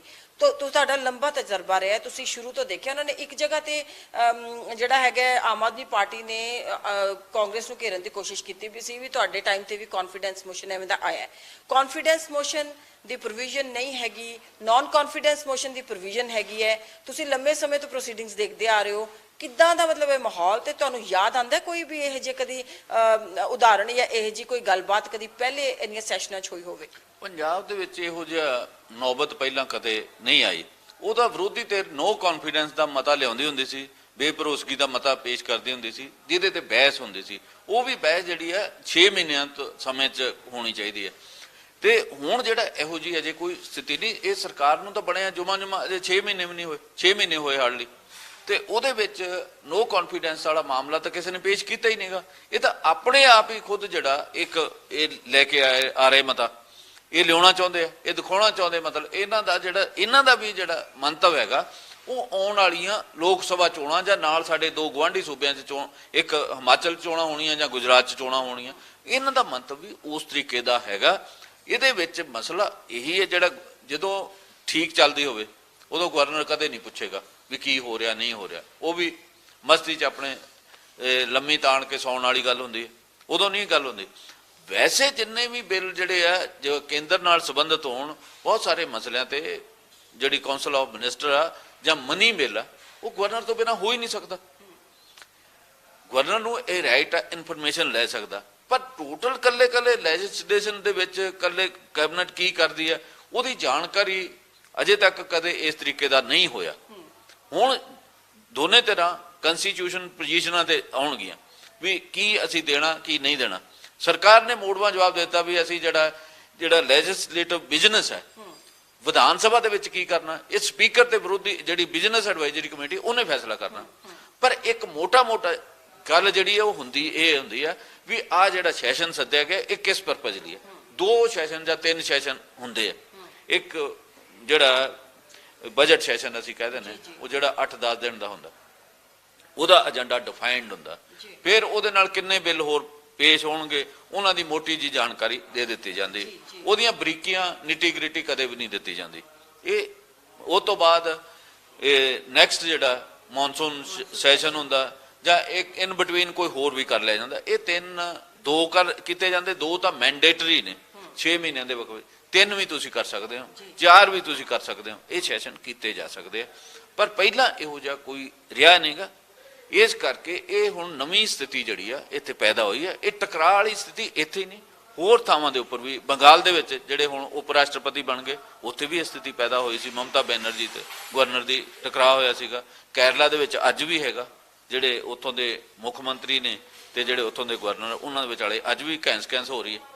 ਹੋਰ ਵੀ ਕਈ ਸੂਬਿਆਂ ਦੇ ਵਿੱਚ ਥੋੜਾ ਬਾੜਾ ਚੱਲਦਾ ਰਹਿੰਦਾ, ਪਰ ਜਿਹੜੀ ਨਵੀਂ ਸਥਿਤੀ ਪੈਦਾ ਹੋਈ ਹੈ ਇਹਦੇ 'ਚ ਬੁਨਿਆਦੀ ਤੌਰ ਤੇ ਜਿਹੜੀ ਕਾਉਂਸਲ ਆਫ ਮਿਨਿਸਟਰ ਹੈ ਉਹਦਾ ਰਾਈਟ ਵੱਧ ਹੁੰਦਾ। ਮਤਲਬ ਸਰਕਾਰੀਆ ਕਮਿਸ਼ਨ ਦੇ ਮੁਤਾਬਕ ਤਾਂ ਇਹ ਵੀ ਹੈਗਾ ਵੀ ਜਿਹੜਾ ਗਵਰਨਰ ਲਾਉਣਾ ਉਹ ਜਿਹੜੀ ਸਟੇਟ ਗਵਰਨਮੈਂਟ ਆ ਉਹਨੂੰ ਦੱਸਿਆ ਜਾਵੇ ਪਹਿਲਾਂ, ਪਰ ਹੁਣ ਕਿਉਂਕਿ ਪਿਛਲੇ ਸਮੇਂ 'ਚ ਨਹੀਂ ਦੱਸਿਆ ਜਾਂਦਾ ਗਵਰਨਰ, ਕਿਉਂਕਿ ਕੇਂਦਰੀ ਤਾਕਤ ਜਿਹੜੀ ਹੈ ਨਾ, ਜਿਹੜੀ ਸੈਂਟਰ ਗਵਰਨਮੈਂਟ ਹੈ ਉਹ ਸੈਂਟਰੀਫਿਊਗਲ ਮਤਲਬ ਆਪਣੇ ਕੋਲ ਤਾਕਤਾਂ ਜਿਹੜੀਆਂ ਇਕੱਠੀਆਂ ਕਰਨਾ ਚਾਹੁੰਦੀ ਹੈ ਤੇ ਲਗਾਤਾਰ ਇਸ ਤਰੀਕੇ ਦੇ ਪਿਛਲੇ ਸਮੇਂ ਦੇ ਵਿੱਚ ਇੱਕ ਨਹੀਂ ਅਨੇਕਾਂ ਮਾਮਲੇ ਹੋਏ। ਹਾਂ, ਜਿਵੇਂ ਤਿੰਨੇ ਖੇਤੀ ਬਿੱਲਾਂ ਦਾ ਮਾਮਲਾ ਸੀਗਾ, ਉਹ ਅਲਟੀਮੇਟਲੀ ਤਾਂ ਸਰਕਾਰ ਨੂੰ ਵਾਪਸ ਲੈਣੇ ਪਏ, ਪਰ ਖੇਤੀ ਜਿਹੜਾ ਸਬਜੈਕਟ ਆ ਉਹ ਸੂਬਿਆਂ ਦਾ, ਉਹ ਸੂਬਿਆਂ ਦੀ ਜਿਹੜੀ ਆ ਉਹਦੇ ਤੋਂ ਰਾਏ ਤੋਂ ਬਿਨਾਂ ਹੋਣਾ ਹੀ ਨਹੀਂ ਚਾਹੀਦਾ। ਗਲਤੀ ਕੀਤੀ, ਅੰਦੋਲਨ ਹੋਇਆ, ਉਸ ਤੋਂ ਬਾਅਦ ਕੇਂਦਰ ਸਰਕਾਰ ਨੇ ਵਾਪਸ ਲਿਆ। ਹੁਣ ਬਿਜਲੀ ਦਾ ਬਿੱਲ ਹੈ, ਉਹਦੇ ਬਿੱਲ ਅਜੇ ਪਾਸ ਨਹੀਂ ਹੋਏ, ਪਰ ਉਹਦੀਆਂ ਕਈ ਸ਼ਰਤਾਂ ਜਿਹੜੀਆਂ ਉਹ ਲਾਗੂ ਹੋਣੀਆਂ ਸ਼ੁਰੂ ਹੋ ਗਈਆਂ। ਮਤਲਬ ਬਿਜਲੀ ਦਾ ਡਿਸਟ੍ਰੀਬਿਊਸ਼ਨ ਜਿਹੜੀ ਹੈ ਨਿੱਜੀ ਹੱਥਾਂ 'ਚ ਦੇਣ ਦਾ ਮਾਮਲਾ, ਹੋਰ ਕਈ ਕੁਝ ਜਿਹੜਾ ਇਹ ਦੇਸ਼ ਦੇ ਵਿੱਚ ਹੋ ਰਿਹਾ। ਸੋ ਜਿਹੜਾ ਇਹ ਦੋਨਾਂ ਧਿਰਾਂ ਦੇ ਵਿੱਚ ਜਿਹੜੀ ਗੱਲਬਾਤ ਹੋਈ ਹੈ, ਦੋਨਾਂ ਧਿਰਾਂ ਨੂੰ ਜਿਹੜਾ ਦੇਸ਼ ਸੂਬੇ ਦੇ ਲੋਕਾਂ ਨੂੰ ਐਡਰੈਸ ਹੋਣਾ ਚਾਹੀਦਾ ਤੇ ਭਗਵੰਤ ਮਾਨ ਸਰਕਾਰ ਨੂੰ ਚਾਹੀਦਾ ਕਿ ਜਿਹੜੇ ਬੁਨਿਆਦੀ ਇਸ਼ੂ ਆ ਉਹ ਜਿਹੜੇ ਵਿਧਾਨ ਸਭਾ ਦੇ ਸੈਸ਼ਨ ਦੇ ਵਿੱਚ ਉਹਨਾਂ ਤੇ ਡਿਬੇਟ ਹੋਣੀ ਚਾਹੀਦੀ ਹੈ। ਉਹਦੇ ਜਦੋਂ ਡਿਬੇਟ ਹੋਊਗੀ ਉਹਦੇ ਨਾਲ ਤੁਸੀਂ ਕੌਨਫੀਡੈਂਸ ਦਾ ਮੋਸ਼ਨ ਵੀ ਪਾਸ ਕਰ ਸਕਦੇ ਹੋ, ਉਹ ਤੁਹਾਨੂੰ ਕੋਈ ਰੋਕਣ ਦਾ ਲੱਗਾ ਨਹੀਂਗਾ। ਸਰ ਬੁਨਿਆਦੀ ਦੀ ਤੁਸੀਂ ਗੱਲ ਕੀਤੀ ਹੈ, ਤੁਹਾਨੂੰ ਯਾਦ ਹੋਏਗਾ ਹੁਣੀ ਪਿੱਛੇ ਜਿਹੜੀ ਆਪਾਂ ਇੱਕ ਵਾਰੀ ਫੇਰ ਤੋਂ 2 ਦਿਨ ਪਿੱਛੇ ਨੂੰ ਰਿਵਾਈਂਡ ਕਰ ਲਈਏ, ਝਾਂਤ ਮਾਰ ਕੇ ਦੇਖ ਲਈਏ, 22 ਤਰੀਕ ਨੂੰ ਜਦੋਂ ਇਹ ਸੈਸ਼ਨ ਨਾਮਨਜ਼ੂਰ ਕਰ ਦਿੱਤਾ ਜਾਂਦਾ ਹੈ ਗਵਰਨਰ ਵੱਲੋਂ, ਉਦੋਂ ਬੜੇ ਇੱਕ ਗੱਲ ਆਈ ਸੀ ਕਿ ਵੀਡੀਓ ਜਾਰੀ ਕਰਕੇ ਮੀਨਸ ਕਿ ਰੂਬਰੂ ਹੋਏ ਸੀਗੇ ਮੁੱਖ ਮੰਤਰੀ, ਉਹਨਾਂ ਨੇ ਕਿਹਾ ਕਿ ਬਿਜਲੀ ਤੇ ਪਰਾਲੀ ਦੋ ਚੀਜ਼ਾਂ ਤੇ ਅਸੀਂ ਜਿਹੜਾ ਹੈਗਾ ਹੁਣ ਸੈਸ਼ਨ ਲੈ ਕੇ ਆਵਾਂਗੇ। ਪਰ ਰਿਟਨ ਚ ਗਿਆ ਕਿ ਨਹੀਂ ਗਿਆ, ਕਿਉਂਕਿ ਵਿਧਾਨ ਸਭਾ ਸਕੱਤਰ ਵੱਲੋਂ ਫਿਰ ਚਿੱਠੀਆਂ ਦਾ ਸਿਲਸਿਲਾ ਜਿਹੜਾ ਇੱਕ ਜਾਰੀ ਹੋਇਆ ਉਸ ਤੇ ਵੀ ਝਾਂਤ ਮਾਰ ਲਈਏ। ਵਿਧਾਨ ਸਭਾ ਸਕੱਤਰ ਵੱਲੋਂ ਚਿੱਠੀ ਕੀਤੀ ਜਾਂਦੀ ਹੈ ਗਵਰਨਰ ਨੂੰ, ਗਵਰਨਰ ਵੱਲੋਂ ਵਾਪਸ ਆਉਂਦੀ ਹੈ ਵੀ ਲਿਸਟ ਜਿਹੜਾ ਹੈਗਾ ਜਿਹੜਾ ਤੁਸੀਂ ਉੱਥੇ ਵਿਧਾਨ ਸਭਾ ਦੇ ਵਿੱਚ ਲੈਜਿਸਲੇਸ਼ਨ ਦੇ ਵਿੱਚ ਤੁਸੀਂ ਕਾਰੋਬਾਰ ਜਿਹੜਾ ਕਰਨਾ ਉੱਥੇ ਉਹ ਸਾਰਾ ਸਾਨੂੰ ਦੱਸਿਆ ਜਾਵੇ, ਵਿਧਾਨਕ ਕਾਰੋਬਾਰ ਕਿਹੜਾ ਹੋਏਗਾ ਤੁਹਾਡਾ, ਉਹਦੀ ਲਿਸਟ ਜਾਰੀ ਕੀਤੀ ਜਾਵੇ। ਫਿਰ ਇੱਕ ਉਹ ਗੱਲ ਹੁੰਦੀ ਹੈ, ਉਹਦੇ ਬਾਅਦ ਫਿਰ ਹੁਣ ਚਿੱਠੀ ਉਹ ਗੱਲ ਹੁੰਦੀ ਹੈ, ਉਹਦੇ ਬਾਅਦ ਗੱਲ ਆਈ, ਇੱਕ ਟਵੀਟ ਕੀਤਾ ਜਾਂਦਾ ਹੈ ਚੀਫ ਮਿਨਿਸਟਰ ਵੱਲੋਂ ਕਿ ਇਹ ਤਾਂ ਬਿਜ਼ਨਸ ਐਡਵਾਈਜ਼ਰੀ ਕਮੇਟੀ ਜਿਹੜੀ ਹੈਗੀ ਹੈ ਤੇ ਸਪੀਕਰ ਦਾ ਪ੍ਰੈਰੋਗੇਟਿਵ, ਉਹਨਾਂ ਨੇ ਫੈਸਲੇ ਤੇ ਕਰਨੇ ਹੁੰਦੇ ਆ। ਕਾਉਂਸਲ ਆਫ ਮਿਨਿਸਟਰਸ ਦੀ ਗੱਲ ਵੀ ਜਿਹੜਾ ਮੰਤਰੀ ਸਾਹਿਬ ਨੇ ਕਹੀ। ਫਿਰ ਉਹਦੇ ਬਾਅਦ ਹੁਣ ਜਿਹੜਾ ਹੈਗਾ ਗਵਰਨਰ ਦੀ ਸਿੱਧੀ ਚਿੱਠੀ ਜਿਹੜੀ ਆਈ ਹੈ ਟਵਿੱਟ ਦੇ ਬਾਅਦ, ਜਿਹੜਾ ਕੱਲ ਉਹਨਾਂ ਨੇ ਕੀਤਾ ਵੀ ਕੀ ਸਾਨੂੰ ਸਪੀਚਾਂ ਵੀ ਦੱਸਣੀਆਂ ਪੈਣਗੀਆਂ, ਮੁੱਖ ਮੰਤਰੀ ਨੇ ਕਿਹਾ ਸਾਨੂੰ ਸਪੀਚਾਂ ਵੀ ਹੁਣ ਦੱਸਣੀਆਂ ਪੈਣਗੀਆਂ। ਅੱਜ ਤੱਕ 75 ਸਾਲਾਂ 'ਚ ਅਜਿਹਾ ਨਹੀਂ ਹੋਇਆ ਕਿ ਗਵਰਨਰ ਨੂੰ ਸਾਰਾ ਕੁਝ ਇਸ ਤਰੀਕੇ ਦੇ ਨਾਲ ਲਿਸਟ ਦੇਣੀ ਪਵੇ। ਉਹ ਸਾਰੀਆਂ ਗੱਲਾਂ ਦੀ ਜਦੋਂ ਆਬਜੈਕਸ਼ਨ ਕੀਤੀ, ਖਬਰਾਂ ਨਸ਼ਰ ਹੋਈਆਂ ਟੀਵੀ ਦੇ ਵਿੱਚ, ਅਖਬਾਰਾਂ ਦੇ ਵਿੱਚ, ਤਾਂ ਜਿਹੜਾ ਹੈ ਗਵਰਨਰ ਦੁਬਾਰਾ ਇੱਕ ਚਿੱਠੀ ਕਰਦੇ ਜਿਹਦਾ ਮੈਂ ਸਭ ਤੋਂ ਪਹਿਲੇ ਜ਼ਿਕਰ ਕੀਤਾ। ਸਰ ਇਹਦੇ ਵਿੱਚ ਹੁਣ ਤੁਹਾਨੂੰ ਇਦਾਂ ਲੱਗਦਾ ਹੈ ਕਿ ਵਿਧਾਨ ਸਭਾ ਦਾ ਜਿਹੜਾ ਹੈਗਾ ਉਹ ਬਾਹਰ ਹੋ ਗਈ ਹੈ ਤਾਂ ਸਿੱਧਾ ਟਕਰਾਅ ਜਿਹੜਾ ਹੈ ਮੁੱਖ ਮੰਤਰੀ ਤੇ ਗਵਰਨਰ ਦੇ ਸਾਹਮਣੇ ਆਮਣੇ ਆ ਕੇ ਖੜਾ ਹੋ ਗਿਆ? ਦੇਖੋ ਇਹ ਟਕਰਾਅ ਤਾਂ ਹੁਣ ਆਮੋ ਸਾਹਮਣੇ ਹੋ ਗਿਆ, ਪਰ ਅਜੇ ਵੀ ਮੇਰਾ ਇਹ ਮੰਨਣਾ ਜੋ ਸਾਡੇ ਦੇਸ਼ ਦਾ ਢਾਂਚਾ ਹੈ ਉਹਦੇ ਮੁਤਾਬਕ ਕਾਉਂਸਲ ਆਫ ਮਿਨਿਸਟਰ ਦੇ ਕਹਿਣ ਤੇ ਸੈਸ਼ਨ ਜਿਹੜਾ ਉਹ ਸੱਦਣਾ ਹੀ ਪਏਗਾ। ਜਿਹੜੀ ਵਿਧਾਨ ਸਭਾ ਹੈ ਉਹਦਾ ਇੱਕ ਵੱਖਰਾ ਪਰਪਸ ਹੈ, ਜਿਹੜੀ ਕੈਬਨਿਟ ਮੀਟਿੰਗ ਆ, ਕੈਬਨਿਟ ਮੀਟਿੰਗ ਦੇ ਵਿੱਚ 2 ਗੱਲਾਂ ਉਹਨਾਂ ਨੇ ਕਹੀਆਂ, 2 ਜਾਂ 3 ਕਹੀਆਂ, ਉਹ ਰਾਜਪਾਲ ਨੂੰ ਭੇਜ ਦੇਣ ਵੀ ਇਹਨਾਂ ਦੇ ਉੱਪਰ ਡਿਬੇਟ ਹੋਏਗੀ। ਉਹ ਤੋਂ ਇਲਾਵਾ ਕਈ ਮਾਮਲੇ ਵਿਧਾਨ ਸਭਾ ਜਦੋਂ ਬੈਠਦੀ ਇਨ ਸੈਸ਼ਨ ਹੁੰਦਾ ਉਹਦੇ 'ਚ ਕਈ ਨਵੇਂ ਮਾਮਲੇ ਵੀ ਆ ਸਕਦੇ with the permission of chair. ਉਦੋਂ ਸਰਕਾਰ ਨੂੰ ਕੌਣ ਰੋਕੇਗਾ? ਉਦੋਂ ਗਵਰਨਰ ਵੀ ਨਹੀਂ ਰੋਕ ਸਕੇਗਾ। ਜੇ with the permission of chair ਮਤਲਬ ਸਪੀਕਰ ਜਿਹੜਾ ਵੀ ਹੋਏਗਾ ਉਹਦੀ ਜਾਂ ਜਿਹੜਾ ਵੀ ਕਾਰਵਾਈ ਪ੍ਰੈਜ਼ਾਈਡ ਓਵਰ ਕਰ ਰਿਹਾ ਹੋਏਗਾ ਉਹਦੀ ਮਰਜ਼ੀ ਨਾਲ ਕੁਝ ਵੀ ਆ ਸਕਦਾ। ਇਹ ਕਦੇ ਵੀ ਨਹੀਂ ਹੋ ਸਕਦਾ ਵੀ ਸਾਰਾ ਕੁਝ ਤੁਸੀਂ ਲਿਖ ਕੇ ਦੇਣਾ ਹੋਵੇ, ਸਾਰਾ ਕੁਝ ਦੱਸਣਾ ਹੋਵੇ। ਇਹ ਇੱਕ ਅਨਨੈਸੈਸਰੀ ਜਿਹੜਾ ਕਿ ਕੰਮ ਜਿਹੜਾ ਪੰਜਾਬ ਦੇ ਵਿੱਚ ਚੱਲ ਪਿਆ, ਇਹ ਬੰਦ ਹੋਣਾ ਚਾਹੀਦਾ। ਇਹਦੀ ਥਾਂ ਤੇ ਜਿਹੜੇ ਬੇਸਿਕ ਇਸ਼ੂ ਆ ਉਹਨਾਂ ਦੇ ਉੱਪਰ ਗੱਲ ਹੋਣੀ ਚਾਹੀਦੀ ਹੈ। ਜਿਵੇਂ ਨਸ਼ਿਆਂ ਦਾ ਮਸਲਾ, ਨਸ਼ਿਆਂ ਦੀਆਂ ਬਹੁਤ ਸਾਰੀਆਂ ਰਿਪੋਰਟਾਂ ਆ ਰਹੀਆਂ, ਓਵਰਡੋਜ਼ ਨਾਲ ਲੋਕ ਮਰ ਰਹੇ, ਉਹਦੇ ਤੇ ਗੱਲ ਹੋਣੀ ਚਾਹੀਦੀ ਹੈ। ਉਹਨੂੰ ਕਿਵੇਂ ਰੋਕਿਆ ਜਾਣਾ ਹੈਗਾ ਉਹਦੀ ਗੱਲਬਾਤ ਵੀ ਹੋਣੀ ਚਾਹੀਦੀ ਹੈ। ਜਿਹੜੇ ਹੋਰ ਬਹੁਤ ਸਾਰੇ ਮਸਲੇ ਨੇ ਪੰਜਾਬ ਦੇ, ਇੱਕ ਨਹੀਂ ਅਨੇਕਾਂ ਮਸਲੇ, ਉਹਨਾਂ ਦੀ ਗੱਲ ਹੋਣੀ ਚਾਹੀਦੀ ਹੈ। ਪਰ ਜਿਹੜਾ ਇਹ ਮਸਲਾ ਜਿੱਧਰ ਨੂੰ ਤੁਰਿਆ ਇਹ ਠੀਕ ਨਹੀਂਗਾ। ਇਹ ਜਿਹੜੇ ਰਾਜਪਾਲ ਨੇ ਉਹਨਾਂ ਨੂੰ ਵੀ ਸੋਚਣਾ ਚਾਹੀਦਾ ਵੀ ਜ਼ਿਆਦਾ ਦਖਲਅੰਦਾਜ਼ੀ ਜਿਹੜੀ ਹੈ, ਬੇਲੋੜੀ ਦਖਲਅੰਦਾਜ਼ੀ ਹੈ, ਇਹ ਠੀਕ ਨਹੀਂ ਰਹੇਗੀ। ਇਹ ਸਾਡੇ ਦੇਸ਼ ਦੀ ਡੈਮੋਕ੍ਰੈਟਿਕ ਜਿਹੜੀ ਸਟਰਕਚਰ ਹੈ, ਜਿਹੜੀ ਹਾਲਤ ਹੈ, ਉਹਦੇ ਲਈ ਵੀ ਚੰਗੀ ਨਹੀਂ ਹੈਗੀ। ਇਹਨੂੰ ਇਹ ਟਕਰਾਅ ਨੂੰ ਇਸ ਸਟੇਜ ਤੇ ਨਹੀਂ ਲੈ ਕੇ ਜਾਣਾ ਚਾਹੀਦਾ ਜਿਹਦਾ ਨੁਕਸਾਨ ਹੋਵੇ। ਜਿਹਦੇ ਨਾਲ ਸਾਡੇ ਜਿਹੜਾ ਜਮਹੂਰੀ ਢਾਂਚੇ ਦਾ ਨੁਕਸਾਨ ਹੁੰਦਾ ਹੋਵੇ। ਇਸ ਪਾਸੇ ਵੱਲ ਨੂੰ ਨਹੀਂ ਮੋੜ ਕੱਟਣਾ ਚਾਹੀਦਾ। ਜਿਹੜੀਆਂ ਦੂਜੀਆਂ ਪਾਰਟੀਆਂ ਵੀ ਉਹਨਾਂ ਨੂੰ ਵੀ ਇਹਦੇ ਤੇ ਸੋਚਣਾ ਚਾਹੀਦਾ। ਕੇਵਲ ਵਿਰੋਧ ਲਈ ਵਿਰੋਧ ਨਹੀਂ ਕਰਨਾ ਚਾਹੀਦਾ। ਇਹ ਦੇਖਣਾ ਚਾਹੀਦਾ ਮਤਲਬ ਜਿਹੜੀਆਂ ਦੂਜੀਆਂ ਪਾਰਟੀਆਂ ਨੇ, ਕਾਂਗਰਸ ਪਾਰਟੀ ਹੈ ਖਾਸ ਕਰਕੇ, ਉਹ ਕਿੰਨੇ ਥਾਵਾਂ ਤੇ ਬਾਹਰ ਪੁਕਾਰਦੀ ਰਹੀ ਹੈ ਵੀ ਸਾਡੇ ਨਾਲ ਧੱਕਾ ਹੋ ਰਿਹਾ, ਕੇਂਦਰ ਸਰਕਾਰ ਸਾਡੇ ਨਾਲ ਧੱਕਾ ਕਰ ਰਹੀ ਹੈ। ਜਦੋਂ ਇੱਥੇ ਵੀ ਦੇਖਣਾ ਚਾਹੀਦਾ ਉਹਨਾਂ ਨੂੰ ਵੀ ਉਹ ਕੀ ਕਰ ਰਿਹਾ। ਪੰਜਾਬ ਦੇ ਵਿੱਚ ਠੀਕ ਹੈ ਇਹ ਪਾਰਟੀ ਨਾਲ ਤੁਹਾਡਾ ਵਿਰੋਧ ਆ, ਆਮ ਆਦਮੀ ਪਾਰਟੀ ਨਾਲ, ਇਹਦਾ ਮਤਲਬ ਇਹ ਥੋੜੀ ਵੀ ਤੁਸੀਂ ਕੇਂਦਰ ਦੇ ਉਹਦੇ ਚ ਝੋਲੀ ਡਿੱਗੋ। ਸਰ ਉਹਦੇ ਤੇ ਉਹ ਚਿੱਠੀ ਜਿਹੜੀ ਗਵਰਨਰ ਵੱਲੋਂ ਆਈ ਸੀ ਪਹਿਲੀ, ਉਹਦੇ ਵਿੱਚ ਰਿਪਰੈਜ਼ੈਂਟੇਸ਼ਨਸ ਦੀ ਜਿੱਥੇ ਗੱਲ ਆਈ ਸੀਗੀ ਉੱਥੇ ਐਲਓਪੀ ਲੀਡਰ ਆਫ ਆਪੋਜੀਸ਼ਨ ਜਿਹੜੇ ਹੈਗੇ ਨੇ ਪ੍ਰਤਾਪ ਬਾਜਵਾ, ਉਹਨਾਂ ਨੇ ਨਾਮ ਉਹਦੇ ਵਿੱਚ ਸੁਖਪਾਲ ਖਹਿਰਾ ਦਾ ਨਾਮ, ਅਸ਼ਵਨੀ ਸ਼ਰਮਾ ਭਾਜਪਾ ਦੇ ਜਿਹੜੇ ਪ੍ਰਧਾਨ ਨੇ ਉਹਨਾਂ ਦਾ ਨਾਮ ਇਹਦਾ ਲਿਸਟ ਕੀਤੀ ਸੀਗੀ। ਤੇ ਉਸ ਦੇ ਕਰਕੇ ਹੀ ਜਿਹੜੇ ਸੀਗੇ ਮੰਤਰੀਆਂ ਨੇ ਫਿਰ ਉਸ ਦਾ ਜਵਾਬ ਵੀ ਦਿੱਤਾ।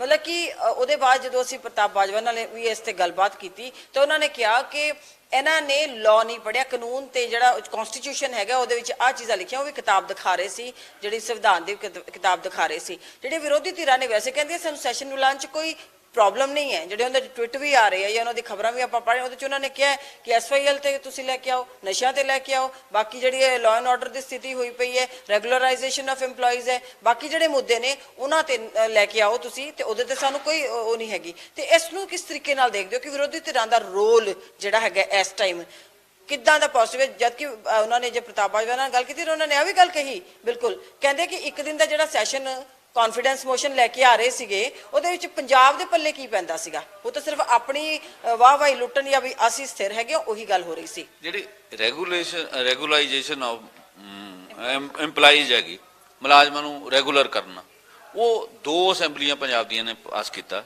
ਜਿਹੜੀ ਪਿਛਲੀ ਅਸੈਂਬਲੀ ਸੀ ਇਹ ਤੋਂ ਪਿਛਲੀ ਸਰਕਾਰ ਦੀ, ਮਤਲਬ ਬਾਦਲ ਸਰਕਾਰ ਦੀ, ਉਹਦੇ 'ਚ ਵੀ ਪਾਸ ਕੀਤਾ ਸੀਗਾ ਲਾਸਟ ਮੂਮੈਂਟ ਤੇ। ਪਿਛਲੀ ਜਿਹੜੀ ਚੰਨੀ ਦੀ ਸਰਕਾਰ ਸੀ ਉਹਨੂੰ ਹੀ ਪਾਸ ਕੀਤਾ ਸੀ। ਉਹਨਾਂ ਦੀ ਫੇਟ ਕੀ ਹੈ ਅੱਜ ਤੱਕ ਨਹੀਂ ਉਹ ਕਲੀਅਰ ਹੋ ਸਕੇ। ਇਸ ਕਰਕੇ ਇਹਨਾਂ ਨੂੰ ਵੀ ਜਿਹੜੀ ਆ ਜਿਹੜਾ ਸੁਪਰੀਮ ਕੋਰਟ ਦਾ ਇੱਕ ਫੈਸਲਾ ਉਹਦੀ ਲਾਈਟ 'ਚ ਦੇਖਣਾ ਪਿਆ ਵੀ ਉਹਦੀ ਲਾਈਟ 'ਚ ਜੇ ਨਹੀਂ ਕਰਾਂਗੇ ਭਾਵੇਂ ਤੁਸੀਂ ਜਿੰਨੇ ਮਰਜ਼ੀ ਰੈਜ਼ੋਲੂਸ਼ਨ ਵਿਧਾਨ ਸਭਾ ਪਾਸ ਕਰੀ ਜਾਵੇ ਉਹ ਨਹੀਂ ਹੱਲ ਹੋਣਗੇ। ਇਸ ਕਰਕੇ ਹੁਣ ਜਿਹੜਾ 10,000 ਮੁਲਾਜ਼ਮਾਂ ਨੂੰ ਰੈਗੂਲਰ ਕਰਨ ਦਾ ਉਹ ਤੋਂ ਬਾਅਦ ਹੀ ਫੈਸਲਾ ਹੋ ਸਕਿਆ, ਕਿਉਂਕਿ ਉਹਦੇ ਵਿੱਚ ਅੜਿੱਕੇ ਨੇ। 10 ਸਾਲ ਦੀ ਸਰਵਿਸ ਵਾਲਿਆਂ ਨੂੰ ਹੀ ਰੈਗੂਲਰ ਕੀਤਾ ਜਾ ਸਕਦਾ, ਜਾਂ ਜਿਹੜੇ ਵੱਖ-ਵੱਖ ਢੰਗਾਂ ਨਾਲ ਗਲਤ ਢੰਗਾਂ ਨਾਲ ਭਰਤੀ ਹੋਈ ਆ ਉਹ ਰੈਗੂਲਰ ਨਹੀਂ ਕੀਤੀ ਜਾ ਸਕਦੀ। ਇਸ ਕਰਕੇ ਕੇਵਲ ਇਹ ਕਹਿਣਾ ਵੀ ਮੁਲਾਜ਼ਮ ਦਾ ਮਸਲਾ ਲਿਆਓ, ਉਹਨਾਂ ਨੂੰ ਰੈਗੂਲਰ ਕਰਨ ਦਾ ਲਿਆਓ, ਇਹਨੂੰ ਜਿਹੜੀ ਆ ਦੋਨੇ ਉਹਨਾਂ ਸਰਕਾਰਾਂ ਨੂੰ ਆਪਣੇ ਆਪ ਨੂੰ ਕੁਐਸਚਨ ਕਰਨਾ ਚਾਹੀਦਾ। ਪ੍ਰਤਾਪ ਸਿੰਘ ਬਾਜਵਾ LOP ਨੇ, ਉਹਨਾਂ ਨੂੰ ਪਤਾ ਹੋਣਾ ਚਾਹੀਦਾ ਵੀ ਉਹਨਾਂ ਦੀ ਸਰਕਾਰ ਸਮੇਂ ਵੀ ਹੋਇਆ ਸੀਗਾ, ਪਹਿਲੀ ਵਾਰੀ ਵੀ ਹੋਇਆ ਸੀਗਾ। ਮਤਲਬ ਉਹ ਮਤੇ ਪਾਸ ਕਰਨ ਦੇ ਬਾਵਜੂਦ ਵੀ ਉਹ ਗੱਲਾਂ ਜਿਹੜੀਆਂ ਹੱਲ ਨਹੀਂ ਹੋ ਸਕੀਆਂ, ਉਹਦੇ ਲਈ ਤੀਜੀ ਵਾਰੀ ਮਤਾ ਕਿਉਂ ਲਿਆਂਦਾ ਜਾਵੇ, ਕੀ ਨਿਕਲੇਗਾ ਉਹਦੇ ਚੋਂ। ਇਸ ਕਰਕੇ ਉਹਨਾਂ ਬਾਰੇ ਸੋਚਣਾ ਚਾਹੀਦਾ ਵੀ ਅਸੀਂ ਕੇਵਲ ਇਸ ਗੱਲ ਲਈ ਗੱਲ ਨਾ ਕਰਦੇ ਜਾਈਏ, ਉਹ ਦੇਖੀਏ ਵੀ ਸੂਬੇ ਦੇ ਲੋਕਾਂ ਨੂੰ ਉਹਨਾਂ ਦੇ ਇੰਟਰਸਟ 'ਚ ਕੀ ਹੈ, ਉਹਨਾਂ ਦੇ ਹਿੱਤ ਦੇ ਵਿੱਚ ਕੀ ਹੈ, ਉਹ ਗੱਲ ਕੀਤੀ ਜਾਵੇ, ਨਾ ਕਿ ਦੂਜੀਆਂ ਗੱਲਾਂ ਕੀਤੀਆਂ ਜਾਣ। ਹੁਣ ਜਿਹੜੇ ਮਸਲੇ ਆ, ਇਹ ਜਿਹੜੀ ਸਰਕਾਰ ਹੈ ਇਹਨੇ ਜਿਹੜੇ ਵਾਅਦੇ ਕੀਤੇ ਆ ਉਹਦੇ ਵੱਲ ਨੂੰ ਵਧਣਾ ਚਾਹੀਦਾ। ਤੁਸੀਂ ਸੈਸ਼ਨ ਸੱਦਿਆ, ਤੁਸੀਂ ਬੁਨਿਆਦੀ ਮੁੱਦਿਆਂ ਤੇ ਸੱਦ ਲਓ, ਤੁਸੀਂ ਇੱਕ ਦਿਨ ਦੀ ਥਾਂ ਤੇ 3 ਦਿਨ ਨਾ ਸੱਦੋ, ਉਹਦੇ 'ਚ ਆਓ ਸਾਰੇ ਮੁੱਦੇ, ਕਹੋ ਵੀ ਇਹਨਾਂ ਤੇ ਬਹਿਸ ਕਰਾਂਗੇ, ਕਿਸੇ ਨੂੰ ਕੀ ਤਕਲੀਫ ਹੈ, ਮੁੱਦਿਆਂ ਤੇ ਕਰੋ। ਉਹਦੇ ਵਿੱਚ ਚੱਲਦੇ ਜੋ ਤੁਸੀਂ ਕੌਨਫੀਡੈਂਸ ਦਾ ਮਤਾ ਵੀ ਪਾਸ ਕਰ ਸਕਦੇ, ਕੋਈ ਤੁਹਾਨੂੰ ਰੋਕਣ ਵਾਲਾ ਨਹੀਂਗਾ। ਕੋਈ ਵੀ ਤੁਹਾਡੇ ਚੋਂ ਇਹ ਜਿਹੜੇ ਮਤੇ ਇੱਕ ਵਾਰੀ ਨਹੀਂ ਹੋਏ, ਕਈ ਵਾਰੀ ਵੀ ਹੋਏ, ਪਹਿਲਾਂ ਵੀ ਹੋਏ। ਮਤਲਬ ਜਦੋਂ ਅਖੀਰ ਦੇ ਵਿੱਚ ਵੀ ਆਹ ਮਾਮਲਾ ਹੋਏਗਾ, ਸੈਸ਼ਨ ਚੱਲਦੇ ਦੇ ਵਿੱਚ ਹੋਰ ਮਸਲੇ ਵੀ ਪੇਸ਼ ਹੁੰਦੇ ਰਹੇ। ਮਤਲਬ ਜਿਹੜਾ ਇਹ ਵੀ ਇੱਕ ਸਮੇਂ ਹੋਇਆ ਜਦੋਂ ਪੰਜਾਬ ਦੇ ਵਿੱਚ ਬੇਅਦਬੀ ਦਾ ਮਾਮਲਾ ਸੀ, ਉਦੋਂ ਵੀ ਹੋਇਆ। ਮਤਲਬ ਸਾਰੇ ਹਾਊਸ ਨੇ ਜਨਾਨੀ ਮਤੇ ਪਾਸ ਕੀਤੇ, ਪਰ ਭਾਵੇਂ ਕਿ ਅਜੇ ਤੱਕ ਉਹਨਾਂ ਦੇ ਨਤੀਜੇ ਨਹੀਂ ਨਿਕਲੇ। ਇਸ ਕਰਕੇ ਜਿਹੜਾ ਮੈਨੂੰ ਇਹ ਲੱਗਦਾ ਵੀ ਬੁਨਿਆਦੀ ਮੁੱਦਿਆਂ ਦੇ ਉੱਪਰ ਇਸ ਸਰਕਾਰ ਨੂੰ ਵੀ ਸੋਚਣਾ ਚਾਹੀਦਾ। ਸੈਸ਼ਨ ਬੁਨਿਆਦੀ ਮੁੱਦਿਆਂ ਤੇ ਹੀ ਸੱਦਿਆ ਜਾਣਾ ਚਾਹੀਦਾ, ਤੇ ਉਹਦੇ ਬੁਨਿਆਦੀ ਮੁੱਦਿਆਂ ਦੇ ਉੱਪਰ ਤੁਹਾਨੂੰ ਗਵਰਨਰ ਨੂੰ ਜਾਣਕਾਰੀ ਦੇਣ ਲੱਗਿਆ ਵੀ ਮੈਨੂੰ ਲੱਗਦਾ ਕੋਈ ਦਿੱਕਤ ਨਹੀਂ ਹੋਣੀ ਚਾਹੀਦੀ। ਪਰ ਗਵਰਨਰ ਹਾਊਸ ਨੂੰ ਵੀ ਕੱਲੀ ਜਾਣਕਾਰੀ ਨਹੀਂ ਦਿੱਤੀ ਜਾ ਸਕਦੀ। ਸੈਸ਼ਨ 'ਚ ਕੀ ਹੋਏਗਾ ਤੁਸੀਂ ਬ੍ਰੌਡਰ ਆਊਟਲਾਈਨ ਦੇਣੀ ਹੁੰਦੀ ਹੈ, ਉਹ ਦੇ ਸਕਦੇ ਹੋ। ਬਾਕੀ ਜਿਹੜਾ ਇਹ ਤੋਂ ਅੱਗੇ ਜਿਹੜੀ ਮੈਂ ਨਹੀਂ ਸਮਝਦਾ ਇਹ ਸਾਡੇ ਡੈਮੋਕ੍ਰੈਟਿਕ ਜਿਹੜਾ ਢਾਂਚਾ ਉਹਦੇ ਲਈ ਕੋਈ ਬਿਹਤਰ ਗੱਲ ਹੋਏਗੀ, ਉਹਦੇ ਲਈ ਠੀਕ ਨਹੀਂ ਹੋਏਗਾ। ਇਹ ਜਿਹੜੇ ਆ ਠੀਕ ਹੈ, ਨਵੀਂ ਸਰਕਾਰ ਆ, ਇਹਨਾਂ ਕੋਲ ਇਵੇਂ ਦਾ ਉਸ ਕਿਸਮ ਦੀ ਨੌਲੇਜ ਨਹੀਂ, ਪਰ ਜਿਹੜੀ ਅਫਸਰਸ਼ਾਹੀ ਹੈ ਉਹ ਤਾਂ ਅੱਜ ਨਹੀਂ, ਨਵੀਂ ਨਹੀਂ, ਪੁਰਾਣੀ ਹੈ। ਉਹਨਾਂ ਦਾ ਗਿਆਨ ਤਾਂ ਹੈਗਾ, ਉਹਨਾਂ ਨੂੰ ਜਾਣਕਾਰੀ ਵੀ ਹੈਗੀ ਵੀ ਕਿਹੜੀ ਗੱਲ ਕਦੋਂ ਕਰਨੀ ਹੈ, ਕੀ ਕਰਨੀ ਹੈ। ਉਹ ਇਸ ਮਾਮਲੇ ਦੇ ਉੱਪਰ ਤਾਂ ਸਰਕਾਰ ਨੂੰ, ਮੁੱਖ ਮੰਤਰੀ ਨੂੰ ਐਡਵਾਈਸ ਦੇ ਸਕਦੀ, ਜਦੋਂ ਪਹਿਲਾ ਸੈਸ਼ਨ ਹੋਇਆ ਸੀ ਹੋਣਾ ਸੀਗਾ ਉਦੋਂ ਵੀ ਉਹਨਾਂ ਨੂੰ ਦੱਸਣਾ ਚਾਹੀਦਾ ਸੀ ਵੀ ਐਵੇਂ ਨਹੀਂ ਹੋ ਸਕਦਾ। ਤੇ ਉਦੋਂ ਗਵਰਨਰ ਦੀ ਵੀ ਰਿਸਪੌਂਸਿਬਿਲਿਟੀ ਬਣਦੀ ਸੀ ਵੀ ਸੈਸ਼ਨ ਕਾਹਦੇ ਲਈ ਹੋ ਰਿਹਾ, ਉਹਨਾਂ ਨੂੰ ਵੀ ਕਹਿਣਾ ਚਾਹੀਦਾ ਸੀ। ਉਦੋਂ ਤੁਸੀਂ ਪਹਿਲੀ ਵਾਰੀ ਪਰਮਿਸ਼ਨ ਦਿੱਤੀ ਹੈ, ਇਸ ਦਾ ਮਤਲਬ ਤਾਂ ਤੁਹਾਡੇ ਦੇ ਉੱਪਰ ਵੀ ਕੁਐਸਚਨ ਉੱਠਦਾ ਨਾ ਵੀ ਤੁਸੀਂ ਪਹਿਲਾਂ ਕਿਉਂ ਪਰਮਿਸ਼ਨ ਦਿੱਤੀ, ਹੁਣ ਬਾਅਦ ਚ ਕਿਉਂ ਰੱਦ ਕੀਤੀ। ਮਤਲਬ ਜੇ ਕਿਸੇ ਨਾ ਕਿਸੇ ਵੇਲੇ ਤਾਂ ਗਲਤੀ ਹੋਈ ਨਾ, ਜਾਂ ਪਰਮਿਸ਼ਨ ਦੇਣ ਵੇਲੇ ਗਲਤੀ ਹੋਈ ਜਾਂ ਰੱਦ ਕਰਨ ਵੇਲੇ ਹੋਈ ਹੈ। ਤੇ ਇਸ ਕਰਕੇ ਜਿਹੜਾ ਜਨਰਲ ਗੱਲ ਹੈ, ਮੋਟੀ ਗੱਲ ਹੈ, ਉਹ ਕੌਂਸਲ ਆਫ ਮਿਨਿਸਟਰ ਦਾ ਜਿਹੜਾ ਅਧਿਕਾਰ ਹੈ, ਜਿਹੜਾ ਉਹਨਾਂ ਦਾ ਪ੍ਰੈਰੋਗੇਟਿਵ ਹੈ ਸੈਸ਼ਨ ਸੱਦਣ ਦਾ, ਉਹ ਰੋਕਿਆ ਨਹੀਂ ਜਾ ਸਕਦਾ। ਉਹ ਜੇ ਰੋਕਣਗੇ ਤਾਂ ਸਾਡਾ ਜਿਹੜਾ ਡੈਮੋਕ੍ਰੇਸੀ ਜਮਹੂਰੀਅਤ ਦੇ ਖਿਲਾਫ ਹੋਏਗਾ। ਇਸ ਕਰਕੇ ਜਮਹੂਰੀਅਤ ਨੂੰ ਕੁਚਲਿਆ ਨਹੀਂ ਜਾਣਾ ਚਾਹੀਦਾ। ਗਵਰਨਰ ਹਾਊਸ ਦੀ ਵਰਤੋਂ ਜਿਹੜੀ ਹੈ ਉਹ ਠੀਕ ਕੰਮਾਂ ਲਈ ਹੋਣੀ ਚਾਹੀਦੀ ਹੈ, ਨਾ ਕਿ ਇਸ ਤਰੀਕੇ ਦੀ ਲੜਾਈ ਵਾਲੀ ਜਿਹੜੀ ਹੈ ਉਹ ਨਹੀਂ ਹੋਣੀ ਚਾਹੀਦੀ। ਸਰ ਇਹਦੇ ਵਿੱਚ ਇੱਕ ਗੱਲ ਹੋਰ ਆਉਂਦੀ ਹੈ, ਤੁਸੀਂ ਇੰਨੇ ਸਮੇਂ ਤੋਂ ਜਿਵੇਂ ਬਾਰ-ਬਾਰ ਮੈਨੂੰ ਕਹਿਣਾ ਪੈ ਰਿਹਾ ਕਿ ਕਿਉਂਕਿ ਲੰਬੀ ਤੁਹਾਡਾ ਤਜਰਬਾ ਬਹੁਤ ਲੰਬਾ ਪੱਤਰਕਾਰਤਾ ਦਾ, ਔਰ ਤੁਸੀਂ ਬਹੁਤ ਘੁੰਮ ਫਿਰ ਕੇ ਵੀ ਦੇਖਿਆ ਹੈ, ਚੀਜ਼ਾਂ ਨੂੰ ਬਹੁਤ ਨਜ਼ਦੀਕ ਤੋਂ ਦੇਖਦੇ ਰਹੇ ਹੋ, ਇਲੈਕਸ਼ਨ ਬੜੇ ਕਵਰ ਕੀਤੇ। ਪਹਿਲੀ ਵਾਰ ਇਸ ਤਰ੍ਹਾਂ ਨਹੀਂ ਹੋ ਰਿਹਾ ਜਿਹੜੀਆਂ ਚੀਜ਼ਾਂ ਚੌਥੇ ਸਾਲ ਤੀਸਰੇ ਸਾਲ 'ਚ ਹੁੰਦੀਆਂ ਨੇ, ਆਮ ਤੌਰ ਤੇ ਜਦੋਂ ਚੋਣਾਂ ਕੋਲ ਆ ਜਾਂਦੀਆਂ ਨੇ, ਵਿਰੋਧੀ ਧਿਰਾਂ ਦਾ ਇੰਨਾ ਜ਼ਿਆਦਾ ਐਕਟਿਵ ਹੋਣਾ, ਜਿਹੜੀ ਆਪਣੇ ਰੂਲਿੰਗ ਪਾਰਟੀ ਹੈ ਉਸ ਦਾ ਆਪਣੇ ਤਰੀਕੇ ਦੇ ਨਾਲ ਚੀਜ਼ਾਂ ਨੂੰ ਆਪਣੇ ਆਪ ਨੂੰ ਪ੍ਰੂਵ ਕਰਨਾ ਤਾਂ ਕਿ ਆਉਣ ਵਾਲੀ ਜਿਹੜੀ ਟਰਮ ਹੈਗੀ ਹੈ ਫਿਰ ਉਹਨਾਂ ਦੇ ਪਾਸੇ ਆ ਸਕੇ, ਉਹਨਾਂ ਦੇ ਹਿੱਸੇ ਆ ਸਕੇ, ਵੋਟਾਂ ਉਹਨਾਂ ਦੇ ਹਿੱਸੇ ਆ ਸਕਣ। ਇਹ ਬਹੁਤ ਛੇਤੀ 6-7 ਮਹੀਨਿਆਂ 'ਚ ਸ਼ੁਰੂ ਹੋ ਗਿਆ। ਦੂਜੀ ਵੱਡੀ ਗੱਲ, ਸਭ ਤੋਂ ਮਤਲਬ ਬੜੀ ਅਜੀਬ ਜੀ ਗੱਲ ਹੈ ਕਿ ਵਿਧਾਨ ਸਭਾ ਦੇ ਅੱਗੇ ਦਰੀਆਂ ਪਾ ਕੇ ਰੂਲਿੰਗ ਪਾਰਟੀ ਨੂੰ ਹੀ ਬੈਠਣਾ ਪਿਆ। ਇਹ ਵੀ ਸ਼ਾਇਦ ਪੰਜਾਬ ਨੇ ਪਹਿਲੀ ਵਾਰ ਵੇਖਿਆ। ਨਹੀਂ, ਪੰਜਾਬ ਨੇ ਪਹਿਲੀ ਵਾਰੀ ਨਹੀਂ ਰੱਖਿਆ। ਝੋਨੇ ਦੇ ਖਰੀਦ ਦੇ ਮਾਮਲੇ ਤੇ ਪੰਜਾਬ ਦੇ ਮੁੱਖ ਮੰਤਰੀ ਕੈਪਟਨ ਅਮਰਿੰਦਰ ਸਿੰਘ ਸੀ, ਉਹਨਾਂ ਨੂੰ ਦਿੱਲੀ ਜਾ ਕੇ ਧਰਨਾ ਦੇਣਾ ਪਿਆ ਸੀਗਾ। ਦਿੱਲੀ ਦੇ ਮੁੱਖ ਮੰਤਰੀ ਨੇ ਖੁਦ ਧਰਨਾ ਦਿੱਤਾ ਸੀਗਾ। ਇਹ ਕੋਈ ਪਹਿਲੀ ਵਾਰੀ ਨਹੀਂ, ਤੁਸੀਂ ਇਹ ਤੋਂ ਪਹਿਲਾਂ ਹੋਰ ਸੂਬਿਆਂ ਦੇ ਵਿੱਚ ਵੀ ਇਹੋ ਜਿਹੇ ਤੁਹਾਨੂੰ ਗੱਲਾਂ ਮਿਲ ਜਾਣਗੀਆਂ। ਇੱਕ ਵਾਰੀ ਨਹੀਂ ਹੋਇਆ, ਪਹਿਲਾਂ ਵੀ ਹੁੰਦੇ ਰਹੇ। ਪਰ ਜੋ ਹੁਣ ਪੰਜਾਬ ਦੇ ਵਿੱਚ ਹੋ ਰਿਹਾ ਇਹ ਵੱਖਰੀ ਕਿਸਮ ਦਾ ਹੋ ਰਿਹਾ। ਅੱਗੇ ਕਦੇ ਇਸ ਤਰੀਕੇ ਦਾ ਪੰਜਾਬ ਦੇ ਵਿੱਚ ਨਹੀਂ ਹੋਇਆ। ਇਹ ਹੁਣ ਨੂੰ ਤਾਂ ਪੰਜਾਬ ਦੇ ਵਿੱਚ ਇਹ ਵੀ ਹੋਇਆ ਵੀ ਸਪੀਕਰ ਦੀ ਕੁਰਸੀ ਤੇ ਜਾ ਕੇ ਪੱਗ ਲਾਉਣ ਤੱਕ ਦੀਆਂ ਗੱਲਾਂ ਵੀ ਹੋਈਆਂ ਵਿਧਾਨ ਸਭਾ ਦੇ ਵਿੱਚ। ਇਹ ਵੀ ਕਾਂਗਰਸ ਨੇ ਇੱਕ ਟ੍ਰੈਡੀਸ਼ਨ ਕੀਤੀ ਬਾਦਲ ਸਰਕਾਰ ਸਮੇਂ ਵੀ ਇਹ ਸਦਨ ਚੋਂ ਅਸੀਂ ਬਾਹਰ ਨਹੀਂ ਜਾਂਦੇ, ਉੱਥੇ ਵੀ ਵਿਧਾਨ ਸਭਾ 'ਚ ਵੀ ਸੁੱਤੇ ਸੀਗੇ। ਮਤਲਬ ਇਹ ਤਾਂ ਸਾਰੀਆਂ ਗੱਲਾਂ ਲੋਕਾਂ ਨੂੰ ਪਤਾ ਨਾ, ਜੱਗ ਜਾਣਦਾ। ਸੋ ਇਸ ਕਰਕੇ ਪੰਜਾਬ ਨੂੰ ਮਤਲਬ ਜਿਹੜੀ ਵੈਲਿਊ ਬੇਸਡ ਪੋਲਿਟਿਕਸ ਆ ਉਹਦੇ ਲਈ ਜਾਣਿਆ ਜਾਂਦਾ ਵੀ ਪੰਜਾਬ ਕੁਝ ਨਾ ਕੁਝ ਬਿਹਤਰ ਕਰਨ ਵਾਲੇ ਸੂਬਿਆਂ ਦੇ ਵਿੱਚੋਂ। ਪੰਜਾਬ ਜਿਹੜੇ ਇਸ ਤਰੀਕੇ ਦੀ ਲੜਾਈ ਵਾਲੇ ਮਾਮਲੇ ਦੇ ਵਿੱਚ ਪੰਜਾਬ ਨੂੰ ਨਹੀਂ ਮੰਨਿਆ ਜਾਂਦਾ। ਤੇ ਉਹ ਹੁਣ ਵੀ ਪੰਜਾਬ ਦੇ ਜਿਹੜੇ ਮੁੱਖ ਮੰਤਰੀ ਆ ਭਗਵੰਤ ਸਿੰਘ ਮਾਨ, ਉਹਨਾਂ ਦੇ ਨਾਲ ਜਿਹੜੇ ਬਾਕੀ ਮੰਤਰੀ ਆ, ਉਹਨਾਂ ਨੂੰ ਠੀਕ ਦਿਸ਼ਾ, ਠੀਕ ਸਟੈਂਡ ਜਿਹੜਾ ਲੈਣੇ ਚਾਹੀਦਾ ਤੇ ਜਿਹੜੇ ਬੁਨਿਆਦੀ ਮਸਲੇ ਉਹਨਾਂ ਦੇ ਹੱਲ ਵੱਲ ਜਾਣਾ ਚਾਹੀਦਾ। ਕਿਉਂਕਿ ਵਿਰੋਧੀ ਧਿਰ ਜਿਹੜੀ ਹੈ ਇਸ ਕਰਕੇ ਜ਼ਿਆਦਾ ਐਕਟਿਵ ਹੈ, ਜ਼ਿਆਦਾ ਸਰਗਰਮੀ ਹੋਣ ਲੱਗੀ ਹੈ ਕਿਉਂਕਿ ਅਗਰ 24 ਦੇ ਵਿੱਚ ਲੋਕ ਸਭਾ ਚੋਣਾਂ ਹੋਣੀਆਂ ਤੇ ਉਹ ਹਰ ਕੋਈ ਆਪੋ ਆਪਣਾ ਉਹਦੇ 'ਚ ਦਿਖਾਉਣਾ ਚਾਹੁੰਦਾ। ਬੀਜੇਪੀ ਹੈ ਜਿਹੜੀ, ਉਹਨੂੰ ਲੱਗਦਾ ਵੀ ਅਸੀਂ ਕਈ ਕਾਂਗਰਸੀ ਤੋੜ ਲਏ, ਅਸੀਂ ਜਿਹੜਾ 24 ਦੀਆਂ ਚੋਣਾਂ ਦੇ ਵਿੱਚ ਕੁਝ ਨਾ ਕੁਝ ਕਰਾਂਗੇ। ਕਾਂਗਰਸ ਨੂੰ ਲੱਗਦਾ ਵੀ ਅਸੀਂ ਜਿਹੜੇ ਸਾਡੇ ਲੋਕਾਂ ਦੇ ਖਿਲਾਫ ਕੇਸ ਹੋਏ ਆ, ਕੋਈ ਈਡੀ ਵਾਲਾ ਹੋ ਗਿਆ, ਕੋਈ ਵਿਜੀਲੈਂਸ ਵਾਲੇ ਲਗਾਤਾਰ ਵੱਧਦੇ ਜਾ ਰਹੇ, ਉਹ ਵੀ ਆਪਣਾ ਕੁਝ ਨਾ ਕੁਝ ਤਾਕਤ ਦਿਖਾਉਣਾ ਚਾਹੁੰਦੇ ਆ। ਉਹਨਾਂ ਦੀ ਸਰਕਾਰ ਨਾਲ ਇਸ ਤਰੀਕੇ ਦੀ ਵਿਰੋਧਤਾ ਹੈਗੀ ਹੈ। ਸਰਕਾਰ ਦੀ ਆਪਣੀ ਕਮਿਟਮੈਂਟ ਆ। ਮੁੱਖ ਮੰਤਰੀ ਇਹ ਕਹਿੰਦਾ ਵੀ ਮੈਂ ਭ੍ਰਿਸ਼ਟਾਚਾਰ ਜਿੰਨੇ ਵੀ ਕੀਤਾ ਉਹਦੇ ਖਿਲਾਫ ਕਾਰਵਾਈ ਕਰਨੀ ਹੈ। ਜੇ ਕਾਰਵਾਈ ਉਹਨੇ ਕਰਨੀ ਆ ਤਾਂ ਉਹਨੂੰ ਇਸ ਗੱਲ ਦਾ ਵੀ ਤਾਂ ਪਤਾ ਹੋਣਾ ਚਾਹੀਦਾ ਵੀ ਉਹਦੀ ਸਰਕਾਰ 'ਚ ਵੀ ਉਂਗਲ ਉੱਠਣ ਲੱਗ ਗਈ ਹੈ। ਮਤਲਬ ਉਹ ਕਰਪਸ਼ਨ ਦਾ ਮਾਮਲਾ ਵੀ ਉੱਠਣ ਲੱਗ ਗਿਆ, ਕਿਤੇ ਨਾ ਕਿਤੇ ਕਿਸੇ ਰੂਪ ਦੇ ਵਿੱਚ, ਮੁੱਢਲੇ ਰੂਪ ਦੇ ਵਿੱਚ ਆਉਣ ਲੱਗ ਗਈਆਂ ਗੱਲਾਂ। ਤੇ ਉਹਦੇ ਨਾਲ ਨਸ਼ਿਆਂ ਦੇ ਮੁੱਦੇ ਤੇ ਵੀ ਆਉਣ ਲੱਗ ਗਈਆਂ ਗੱਲਾਂ। ਉਹਦੇ ਨਾਲ ਇਹ ਵੀ ਔਰਤਾਂ ਨੂੰ ਵੀ 1000 ਰੁਪਈਆ ਤੁਸੀਂ ਮਹੀਨਾ ਦੇਣਾ ਸੀਗਾ, ਉਹਦੀਆਂ ਵੀ ਗੱਲਾਂ ਉੱਠਣ ਲੱਗ ਗਈਆਂ। ਇਹ ਜ਼ਰੂਰ ਹੈ, ਇਹ ਗੱਲ ਕਹਿੰਦੇ ਵੀ ਜਿਹੜੀਆਂ ਸਰਕਾਰਾਂ 4 ਸਾਲਾਂ ਬਾਅਦ ਕੰਮ ਕਰਨ ਲੱਗਦੀਆਂ ਸੀ ਉਹ ਅਸੀਂ ਸ਼ੁਰੂ ਦੇ ਵਿੱਚ ਕੀਤੇ। ਪੰਜਾਬ ਦੇ ਵਿੱਚ ਬਦਲਾਅ ਹੀ ਲੋਕਾਂ ਨੇ ਇਸ ਗੱਲ ਲਈ ਕੀਤਾ ਸੀਗਾ, ਤੁਹਾਨੂੰ ਲਿਆਂਦਾ ਹੀ ਇਸ ਗੱਲ ਲਈ ਸੀਗਾ ਵੀ ਤੁਸੀਂ ਬਦਲਾਅ ਕਰੋਗੇ।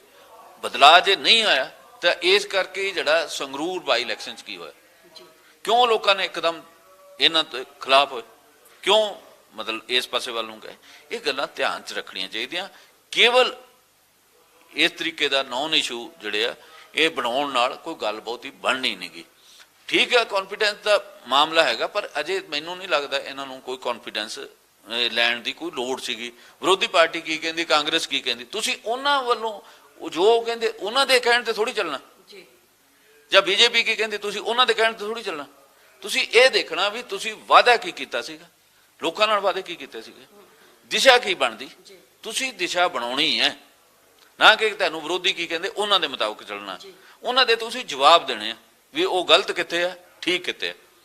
ਜਿੱਥੇ ਸੂਬੇ ਦੇ ਇੰਟਰਸਟ ਸਾਰਿਆਂ ਦੇ ਕਾਮਨ ਨੇ ਉੱਥੇ ਤੁਸੀਂ ਉਹਨਾਂ ਨਾਲ ਲੈ ਕੇ ਚੱਲਣਾ ਤਾਂ ਕਿ ਉਹਦੇ ਤੇ ਕੇਂਦਰ ਦੇ ਉੱਪਰ ਦਬਾਅ ਬਣਾਇਆ ਜਾ ਸਕੇ। ਜਿੱਥੇ ਨਹੀਂ ਉੱਥੇ ਤੁਸੀਂ ਆਪਣੇ ਇਕੱਲੇ ਤੇ, ਪਰ ਤੁਹਾਡੀ ਜ਼ਿੰਮੇਵਾਰੀ ਪੰਜਾਬ ਨੂੰ ਲੀਡ ਕਰਨ ਦੀ, ਅਗਵਾਈ ਦੇਣ ਦੀ ਆ। ਉੱਥੇ ਇਹ ਮਿਸਲੀਡ ਵਾਲੀ ਗੱਲ ਨਹੀਂ ਹੋਣੀ ਚਾਹੀਦੀ। ਜੇ ਕਿਤੇ ਬੀਤੇ 'ਚ ਗਲਤੀ ਹੋਈ ਆ ਉਹਨੂੰ ਦਰੁਸਤ ਕਰਨਾ ਚਾਹੀਦਾ। ਇਹ ਪੰਜਾਬ ਦੇ ਮੁੱਖ ਮੰਤਰੀ ਤੇ ਵੀ ਆ, ਉਹਨਾਂ ਦੇ ਕੌਂਸਲ ਆਫ ਮਿਨਿਸਟਰ ਤੇ ਵੀ ਆ, ਤੇ ਰਾਜਪਾਲ ਦੇ ਉੱਪਰ ਵੀ ਆ। ਉਹਨਾਂ ਨੂੰ ਵੀ ਅਨਸੈਸਰਲੀ ਜਿਹੜੀਆਂ ਗੱਲਾਂ ਉਹ ਨਹੀਂ ਰਾਜਪਾਲ ਦਫ਼ਤਰ ਤੋਂ ਹੋਣੀਆਂ ਚਾਹੀਦੀਆਂ। ਇਹ ਜਿਹੜੀ ਗੱਲ ਬਣੇ ਕਿ ਦਿੱਲੀ ਤੇ ਪੰਜਾਬ ਦਾ ਟਕਰਾਅ ਹੋਣਾ ਲੱਗ ਗਿਆ, ਪਹਿਲਾਂ ਵੀ ਪੰਜਾਬ ਦਾ ਇਸ ਟਕਰਾਅ ਦੇ ਵਿੱਚ ਬਹੁਤ ਨੁਕਸਾਨ ਹੋਇਆ, ਉਹ ਨੁਕਸਾਨ ਨਹੀਂ ਹੋਣਾ ਚਾਹੀਦਾ।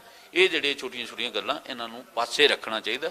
ਤੇ ਕਿਉਂਕਿ ਅਸੀਂ ਇੱਕ ਬਾਰਡਰ ਸਟੇਟ ਹੈ, ਬਾਰਡਰ ਸਟੇਟ ਦੀਆਂ ਆਪਣੀਆਂ ਕੁਝ ਕੰਪਲਿਕੇਸ਼ਨਸ ਹੈ। ਮੇਰਾ ਆਖਰੀ ਸਵਾਲ ਹੋਏਗਾ ਤੁਹਾਨੂੰ, ਆਖਰੀ ਸਵਾਲ ਇਸ ਕਰਕੇ ਟਾਈਮ ਆਪਾਂ ਕੋਲ ਹੋ ਰਿਹਾ, ਇਹਦੇ ਵਿੱਚ ਹੈ ਕਿ ਜੇ ਹੁਣ ਪ੍ਰਪੋਜ਼ਡ ਹੈ ਹਜੇ ਜਿਹੜਾ 27 ਤਰੀਕ ਦਾ ਹਜੇ ਸੈਸ਼ਨ ਹੈ, ਹਜੇ ਤੱਕ ਅੱਜ ਦੇ ਦਿਨ ਤੱਕ ਤਾਂ ਮਨਜ਼ੂਰੀ ਨਹੀਂ ਮਿਲੀ ਹੈ ਗਵਰਨਰ ਤੋਂ। ਮਨਜ਼ੂਰੀ ਮੁੱਖ ਮੰਤਰੀ ਨੇ ਤਾਂ ਕਹਿਤਾ ਜਸਟ ਫਾਰਮੈਲਿਟੀ ਹੈ, ਇੱਕ ਔਪਚਾਰਿਕਤਾ ਹੈਗੀ ਹੈ, ਕੋਈ ਮਤਲਬ ਉਸ ਤਰੀਕੇ ਦੇ ਨਾਲ ਇਨੀ ਮੈਂਡੇਟਰੀ ਚੀਜ਼ ਨਹੀਂ ਹੁੰਦੀ, ਫਾਰਮੈਲਿਟੀ ਹੈਗੀ ਹੈ।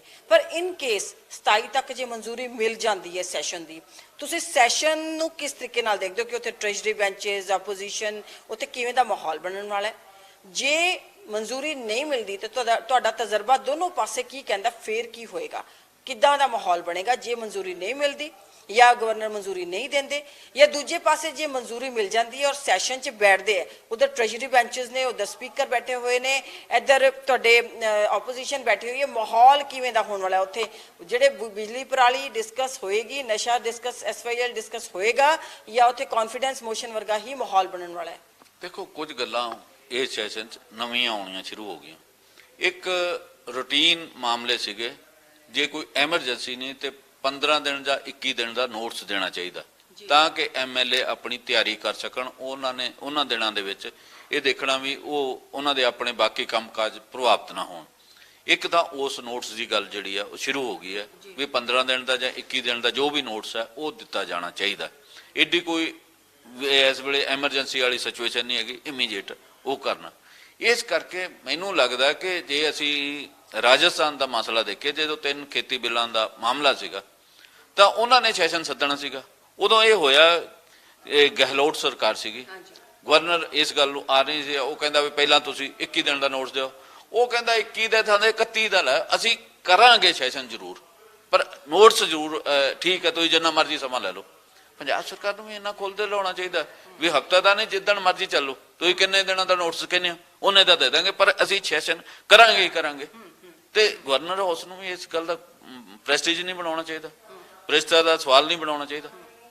ਸੈਸ਼ਨ ਨਾ ਹੁਣ ਤਾਂ ਏਜੰਡਾ ਵੀ ਹੈਗਾ ਨਾ ਵੀ ਅਸੀਂ ਪਰਾਲੀ ਤੇ ਵੀ ਡਿਸਕਸ ਕਰਾਂਗੇ, ਅਸੀਂ ਬਿਜਲੀ ਤੇ ਵੀ ਕਰਾਂਗੇ, ਅਸੀਂ ਕਿਸੇ ਹੋਰ ਮੁੱਦੇ ਤੇ ਵੀ ਹੋ ਸਕਦੀ ਗੱਲਬਾਤ।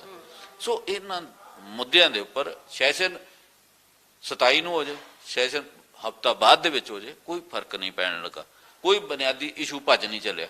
ਸੋ ਇਸ ਕਰਕੇ ਇਸ ਸਾਰੇ ਕੁਝ ਇਸ ਵਾਦ-ਵਿਵਾਦ ਤੇ ਨਹੀਂ ਚੱਲਣਾ ਚਾਹੀਦਾ। ਅੱਜ ਵੀ ਇਹ ਹੋਇਆ, ਪਹਿਲਾਂ ਅਮਨ ਅਰੋੜਾ ਹੋਣਾ ਨੇ ਪ੍ਰੈਸ ਕਾਨਫਰੰਸ ਕੀਤੀ, ਉਹ ਤੋਂ ਬਾਅਦ ਮੈਨੂੰ ਪਤਾ ਲੱਗ ਵਿੱਤ ਮੰਤਰੀ ਨੇ, ਹਾਂ, ਮਤਲਬ ਇੱਕੋ ਗੱਲ ਜਿਹੜੀ ਆ ਪਿਛਲੇ 4 ਦਿਨਾਂ ਤੋਂ ਚੱਲ ਰਹੀ ਹੈ। ਲੋਕਾਂ ਦੇ ਮੁੱਦੇ ਵੱਡੇ ਨੇ, ਕੇਵਲ ਸੈਸ਼ਨ ਦੇ ਆਲੇ ਦੁਆਲੇ ਨਹੀਂ, ਇਹਦੇ ਤੋਂ ਅੱਗੇ ਵਧਣਾ ਚਾਹੀਦਾ। ਸੈਸ਼ਨ ਜਦੋਂ ਬੈਠ ਗਿਆ ਫਿਰ ਮਾਹੌਲ, ਤੁਹਾਨੂੰ ਮੈਂ ਪੁੱਛਿਆ ਸੀ, ਤੁਹਾਨੂੰ ਕਿਵੇਂ ਦਾ ਲੱਗਦਾ, ਕੀ ਦਿਖ ਰਿਹਾ ਤੁਹਾਨੂੰ? ਮਾਹੌਲ ਇਹ ਬੜਾ ਹੀ ਦਿਲਚਸਪ ਹੋਏਗਾ। ਇਹਦੇ ਤੇ ਨਿਗਾਹ ਸਾਡੀ ਨਹੀਂ, ਜਰਨਲਿਸਟਾਂ ਦੀ, ਸਾਡੇ ਤੋਂ ਇਲਾਵਾ, ਕਿਉਂਕਿ ਲਾਈਵ ਸੈਸ਼ਨ ਹੋਣਾ, ਜਿੱਤੇ ਤੱਕ ਪੰਜਾਬੀ ਦੁਨੀਆ 'ਚ ਵਸਦੇ ਆ ਉਹ ਉਹਨਾਂ ਦੀ ਵੀ ਨਿਗਾਹ ਹੋਏਗੀ। ਜਿਹੜੇ ਰਾਜਨੀਤੀ ਥੋੜੀ ਬੜੀ ਚੱਸ ਰੱਖਦੇ ਉਹ ਵੀ ਦੇਖਣਗੇ, ਜਿਨ੍ਹਾਂ ਨੂੰ ਇਸ ਗੱਲ ਦੀ ਮਸ ਹੈਗੀ ਆ ਵੀ ਅਸੀਂ ਦੇਖਣਾ ਵੀ ਵਿਧਾਨ ਸਭਾ 'ਚ ਕੀ ਹੁੰਦਾ। ਸੋ ਬਹੁਤ ਸਾਰੀਆਂ ਨਿਗਾਹਾਂ ਲੱਗੀਆਂ ਹੋਣਗੀਆਂ। 27 ਨੂੰ ਹੁੰਦਾ ਜਾਂ 27 ਤੋਂ ਬਾਅਦ ਹੁੰਦਾ, ਮਤਲਬ ਲੋਕਾਂ ਦੀ ਨਿਗਾਹ ਇਸ ਸੈਸ਼ਨ ਦੇ ਉੱਪਰ ਹੋਣਗੀਆਂ ਵੀ ਸਰਕਾਰ ਕੀ ਕਰਨਾ ਚਾਹੁੰਦੀ ਹੈ, ਸਰਕਾਰ ਕਿੱਧਰ ਨੂੰ ਜਾਣਾ ਚਾਹੁੰਦੀ ਹੈ। ਉਹ ਇਹ ਵੀ ਦੇਖਣਗੇ ਕਿ ਵਿਰੋਧੀ ਧਿਰ ਕੀ ਕਹਿੰਦੀ ਹੈ। ਤੇ ਇਹ ਤੇ ਜਦੋਂ ਵਿਰੋਧੀ ਧਿਰ ਦਾ ਸਵਾਲ ਆਏਗਾ ਉਦੋਂ ਇਹ ਵੀ ਹੋਏਗਾ ਵੀ ਵਿਰੋਧੀ ਧਿਰ ਆਪਣੇ ਰਾਜ ਭਾਗ ਜਦੋਂ ਉਹਨਾਂ ਨੂੰ ਮੌਕਾ ਮਿਲਿਆ ਸੀ ਉਹਨਾਂ ਨੇ ਕੀ ਕੀਤਾ ਸੀਗਾ। ਸੋ ਇਸ ਕਰਕੇ ਬੁਨਿਆਦੀ ਮੁੱਦਿਆਂ ਦੇ ਉੱਪਰ ਗੱਲਬਾਤ ਹੋਣੀ ਚਾਹੀਦੀ ਆ। ਜਿਹੜੇ ਬਹੁਤ ਸਾਰੇ ਪੰਜਾਬ ਦੇ ਵਿੱਚ ਸਕੈਮ ਹੋਏ, ਸਕੈਂਡਲ ਹੋਇਆ, ਉਹਨਾਂ ਦੇ ਵਿੱਚ ਕੀ ਕੁਝ ਕੀਤਾ ਗਿਆ, ਉਹ ਵੀ ਗੱਲਾਂ ਜਿਹੜੀਆਂ ਹੋਣੀਆਂ ਚਾਹੀਦੀਆਂ। ਇਹ ਸਰਕਾਰ ਨੇ ਜਿਹੜਾ ਵਾਅਦਾ ਕੀਤਾ ਉਹ ਵੀ ਵਾਅਦੇ ਪੂਰੇ ਹੋਣੇ ਚਾਹੀਦੇ। ਸੋ ਇਸ ਸੈਸ਼ਨ ਦੇ ਉੱਪਰ ਲੋਕ ਬੜਾ ਬਰੀਕੀ ਤੋਂ ਬੜਾ ਨੇੜਿਓਂ ਨਿਗਾਹ ਰੱਖਣਗੇ ਵੀ ਇਹ ਸਰਕਾਰ ਨੇ ਜਿਹੜੇ ਇਹਦੇ ਆਗੂ ਨੇ, ਮੁੱਖ ਮੰਤਰੀ ਨੇ ਭਗਵੰਤ ਸਿੰਘ ਮਾਨ, ਉਹਨਾਂ ਨੇ ਜਿਹੜੇ ਵਾਅਦੇ ਕੀਤੇ ਉਹਨਾਂ ਦਾ ਕੀ ਹੋ ਰਿਹਾ, ਉਹਨਾਂ ਦਾ ਕਿਵੇਂ ਹੱਲ ਹੋਏਗਾ। ਵਾਅਦੇ ਬਹੁਤ ਜ਼ਿਆਦਾ ਨੇ, ਇਹਨਾਂ ਨੇ ਬਹੁਤ ਸਬਜ਼ ਬਾਗ ਜਿਹੜੇ ਆ ਇਹ ਸਰਕਾਰ ਨੇ ਦਿਖਾਏ ਹੋਏ ਵੀ ਅਸੀਂ ਜਿਹੜਾ ਪੰਜਾਬ ਨੂੰ ਜਿਹੜਾ ਨਾ ਬਹੁਤ ਬਿਹਤਰ ਮਾਡਲ ਸਕੂਲ ਇਹ ਸੂਬਾ ਰੰਗਲਾ ਪੰਜਾਬ ਬਣਾਉਣ ਦੇ ਦਿਸ਼ਾ 'ਚ ਕਿੰਨਾ ਕੁ ਅੱਗੇ ਤੁਰਿਆ ਜਾਏਗਾ। ਉਹ ਜਿਹੜੇ ਸਵਾਲ ਹੈ ਉਹਨਾਂ ਦਾ ਇਹਨਾਂ ਨੂੰ ਐਡਰੈਸ ਕਰਨੇ ਚਾਹੀਦੇ, ਉਹ ਹੱਲ ਹੋਣੇ ਚਾਹੀਦੇ। ਲੋਕਾਂ ਨੇ ਬਹੁਤ ਲੰਮੀਆਂ ਚੌੜੀਆਂ ਇਹਨਾਂ ਤੇ ਆਸ਼ਾਵਾਂ ਪਾਲੀਆਂ ਨੇ, ਉਹਨਾਂ ਦੀਆਂ ਐਸਪੀਰੇਸ਼ਨ ਨੇ, ਉਹਨਾਂ ਨੂੰ ਇਹ ਸਰਕਾਰ ਕਿਵੇਂ ਹੱਲ ਕਰੇਗੀ, ਇਹ ਸੈਸ਼ਨ ਦੇ ਵਿੱਚ ਕੋਈ ਨਵੀਂ ਗੱਲ ਕਰੇਗੀ ਨਹੀਂ ਕਰੇਗੀ, ਇਹ ਲੋਕ ਦੇਖਣਗੇ, ਲੋਕ ਤਵੱਕੋਂ ਕਰਨਗੇ। ਲੋਕਾਂ ਨੂੰ ਆਸ ਹੋਏਗੀ ਕਿ ਸਰਕਾਰ ਉਹਨਾਂ ਨੇ ਨਾਲ ਜਿਹੜੇ ਵਾਅਦੇ ਕਰਕੇ ਆਏ ਸੀ ਉਹਨਾਂ ਨੂੰ ਕਿਵੇਂ ਨਿਭਾਉਂਦੀ ਹੈ, ਉਹ ਵੀ ਲੋਕ ਦੇਖਣਾ ਚਾਹੁੰਦੇ। ਜੀ ਬਹੁਤ ਬਹੁਤ ਧੰਨਵਾਦ ਸਰ। ਥੈਂਕ ਯੂ ਜੀ। ਇਹ ਸਾਡੇ ਨਾਲ ਸੀਗੇ ਬਲਵਿੰਦਰ ਸਿੰਘ ਜੰਮੂ, ਸੀਨੀਅਰ ਪੱਤਰਕਾਰ ਨੇ, ਬਹੁਤ ਤਜਰਬਾ ਹੈਗਾ ਉਹਨਾਂ ਦਾ, ਤਾਂ ਹੀ ਮੈਂ ਅੱਜ ਉਹਨਾਂ ਨਾਲ ਗੱਲਬਾਤ ਕੀਤੀ ਕਿਉਂਕਿ ਕਈ ਸੈਸ਼ਨ ਜਿਹੜੇ ਨੇ ਉਹ ਦੇਖ ਚੁੱਕੇ ਨੇ। ਇਹਦੇ ਵਿੱਚ ਉਹਨਾਂ ਨੇ ਬੜੀ ਇੱਕ ਇੰਪੋਰਟੈਂਟ ਗੱਲ ਕਹੀ ਹੈ ਕਿ ਲੋਕਾਂ ਦੇ ਮੁੱਦਿਆਂ ਤੇ ਸੈਸ਼ਨ ਲੈ ਕੇ ਆਉਣੇ ਚਾਹੀਦੇ ਹੈ ਤੇ ਜਿਹੜੀ ਇਹ ਤਕਰਾਰ ਬਣੀ ਹੈ ਘੱਟੋ ਘੱਟ ਉਹ ਸੂਬੇ ਲਈ ਤਾਂ ਬਹੁਤ ਵਧੀਆ ਨਹੀਂ ਹੈਗੀ। ਤੇ ਉਹਨਾਂ ਨੇ ਇਹ ਵੀ ਕਿਹਾ ਕਿ ਲੋਕ ਦੂਰ ਪਾਰ ਜਿਹੜੀ ਮੌਜੂਦਾ ਸਰਕਾਰ ਹੈ ਉਹਦਾ ਵੀ ਇਸ ਵਾਰੀ ਸੈਸ਼ਨ ਅੱਖਾਂ ਟਿਕਾ ਕੇ ਜ਼ਰੂਰ ਦੇਖਣਗੇ ਕਿ ਉਹ ਕਿਸ ਤਰੀਕੇ ਦੇ ਮੁੱਦਿਆਂ ਤੇ ਗੱਲ ਕਰਦੇ ਨੇ, ਜਿਹੜੇ ਵਾਅਦੇ ਕੀਤੇ ਨੇ ਉਹਨਾਂ ਤੇ ਗੱਲ ਕਰਦੇ ਨੇ, ਤੇ ਉਸ ਦੇ ਨਾਲ ਹੀ ਵਿਰੋਧੀ ਧਿਰਾਂ ਤੇ ਵੀ ਅੱਖਾਂ ਜ਼ਰੂਰ ਰਹਿਣਗੀਆਂ ਕਿ ਵਿਰੋਧੀ ਧਿਰਾਂ ਜਿਹੜੀਆਂ ਨੇ ਉਹਨਾਂ ਦਾ ਰੋਲ ਕਿਵੇਂ ਦਾ ਹੁੰਦਾ ਹੈ। ਉਹ ਵੀ ਸਿਰਫ ਲੱਤ ਖਿੱਚਣ ਦਾ ਹੀ ਕੰਮ ਕਰਦੀਆਂ ਨੇ ਜਾਂ ਕਿਸੇ ਨਾ ਕਿਸੇ ਤਰੀਕੇ ਦੇ ਨਾਲ ਪੰਜਾਬ ਦੇ ਨਾਲ ਉਹਨਾਂ ਦੀ ਸੰਵੇਦਨਾ ਜਿਹੜੀ ਹੈਗੀ ਹੈ ਉਹ ਜੁੜੀ ਹੋਈ ਹੈ, ਕਿਤੇ ਨਾ ਕਿਤੇ ਉਹ ਜੁੜੇ ਹੋਏ ਨੇ ਹਜੇ ਵੀ। ਇਹ ਸਾਰੇ ਮੁੱਦੇ ਬਹੁਤ ਜ਼ਰੂਰੀ ਨੇ, ਪਰ ਉਸ ਦੇ ਨਾਲ ਜਿਹੜੀ ਇਹ ਇੱਕ ਲਿਖਤੀ ਪੜਤੀ ਤੇ ਪੱਤਰਾਂ ਦਾ ਵਿਹਾਰ ਜਿਹੜਾ ਸ਼ੁਰੂ ਹੋ ਗਿਆ ਸੈਸ਼ਨ ਨੂੰ ਲੈ ਕੇ, ਸੀਨੀਅਰ ਪੱਤਰਕਾਰ ਨੇ, ਉਹਨਾਂ ਦਾ ਤਜਰਬਾ ਹੈ, ਉਹ ਕਹਿੰਦੇ ਕਿ ਇਹ ਨਹੀਂ ਹੋਣਾ ਚਾਹੀਦਾ। ਕੀ ਹੋਏਗਾ 27 ਨੂੰ ਸੈਸ਼ਨ ਆਏਗਾ ਨਹੀਂ ਆਏਗਾ ਵਿਧਾਨ ਸਭਾ ਦਾ ਸੈਸ਼ਨ, ਉੱਤੇ ਮੁੱਦੇ ਜਿਹੜੇ ਨੇ ਉਹ ਪਰਾਲੀ ਤੇ ਬਿਜਲੀ ਕੀਤੇ ਜਾਣਗੇ ਜਾਂ ਉਹਦੇ ਵਿੱਚ ਫਿਰ ਕਿਤੇ ਨਾ ਕਿਤੇ ਕੌਨਫੀਡੈਂਸ ਮੋਸ਼ਨ ਤੇ ਨਾਨ ਕੌਨਫੀਡੈਂਸ ਮੋਸ਼ਨ ਦੀ ਤਕਰਾਰ ਤੇ ਜਾਂ ਫਿਰ ਉਹਦੀ ਬਹਿਸ ਸ਼ੁਰੂ ਹੋ ਜਾਏਗੀ। ਇਹ ਤਾਂ ਸੈਸ਼ਨ ਬੈਠਣ ਤੇ ਲੱਗਣ ਦੇ ਬਾਅਦ ਹੀ ਪਤਾ ਲੱਗੇਗਾ। ਤੁਸੀਂ ਇੰਤਜ਼ਾਰ ਕਰੋ। ਕੈਮਰਾ ਪਰਸਨ ਪ੍ਰੀਤਮ ਦੇ ਨਾਲ ਬਿੰਦੂ ਸਿੰਘ, ਚੰਡੀਗੜ੍ਹ। ਤੁਸੀਂ ਦੇਖਦੇ ਰਹੋ D5 ਚੈਨਲ ਪੰਜਾਬੀ। ਕੀ ਹੁੰਦੀ ਹੈ ਜਮਾਬੰਦੀ, ਕਿਵੇਂ ਬਣਦੀ ਹੈ ਵਸੀਅਤ, ਜ਼ਮੀਨ ਜਾਇਦਾਦ ਦੇ ਹਰ ਮਸਲੇ ਤੇ ਕਰਾਂਗੇ ਚਰਚਾ।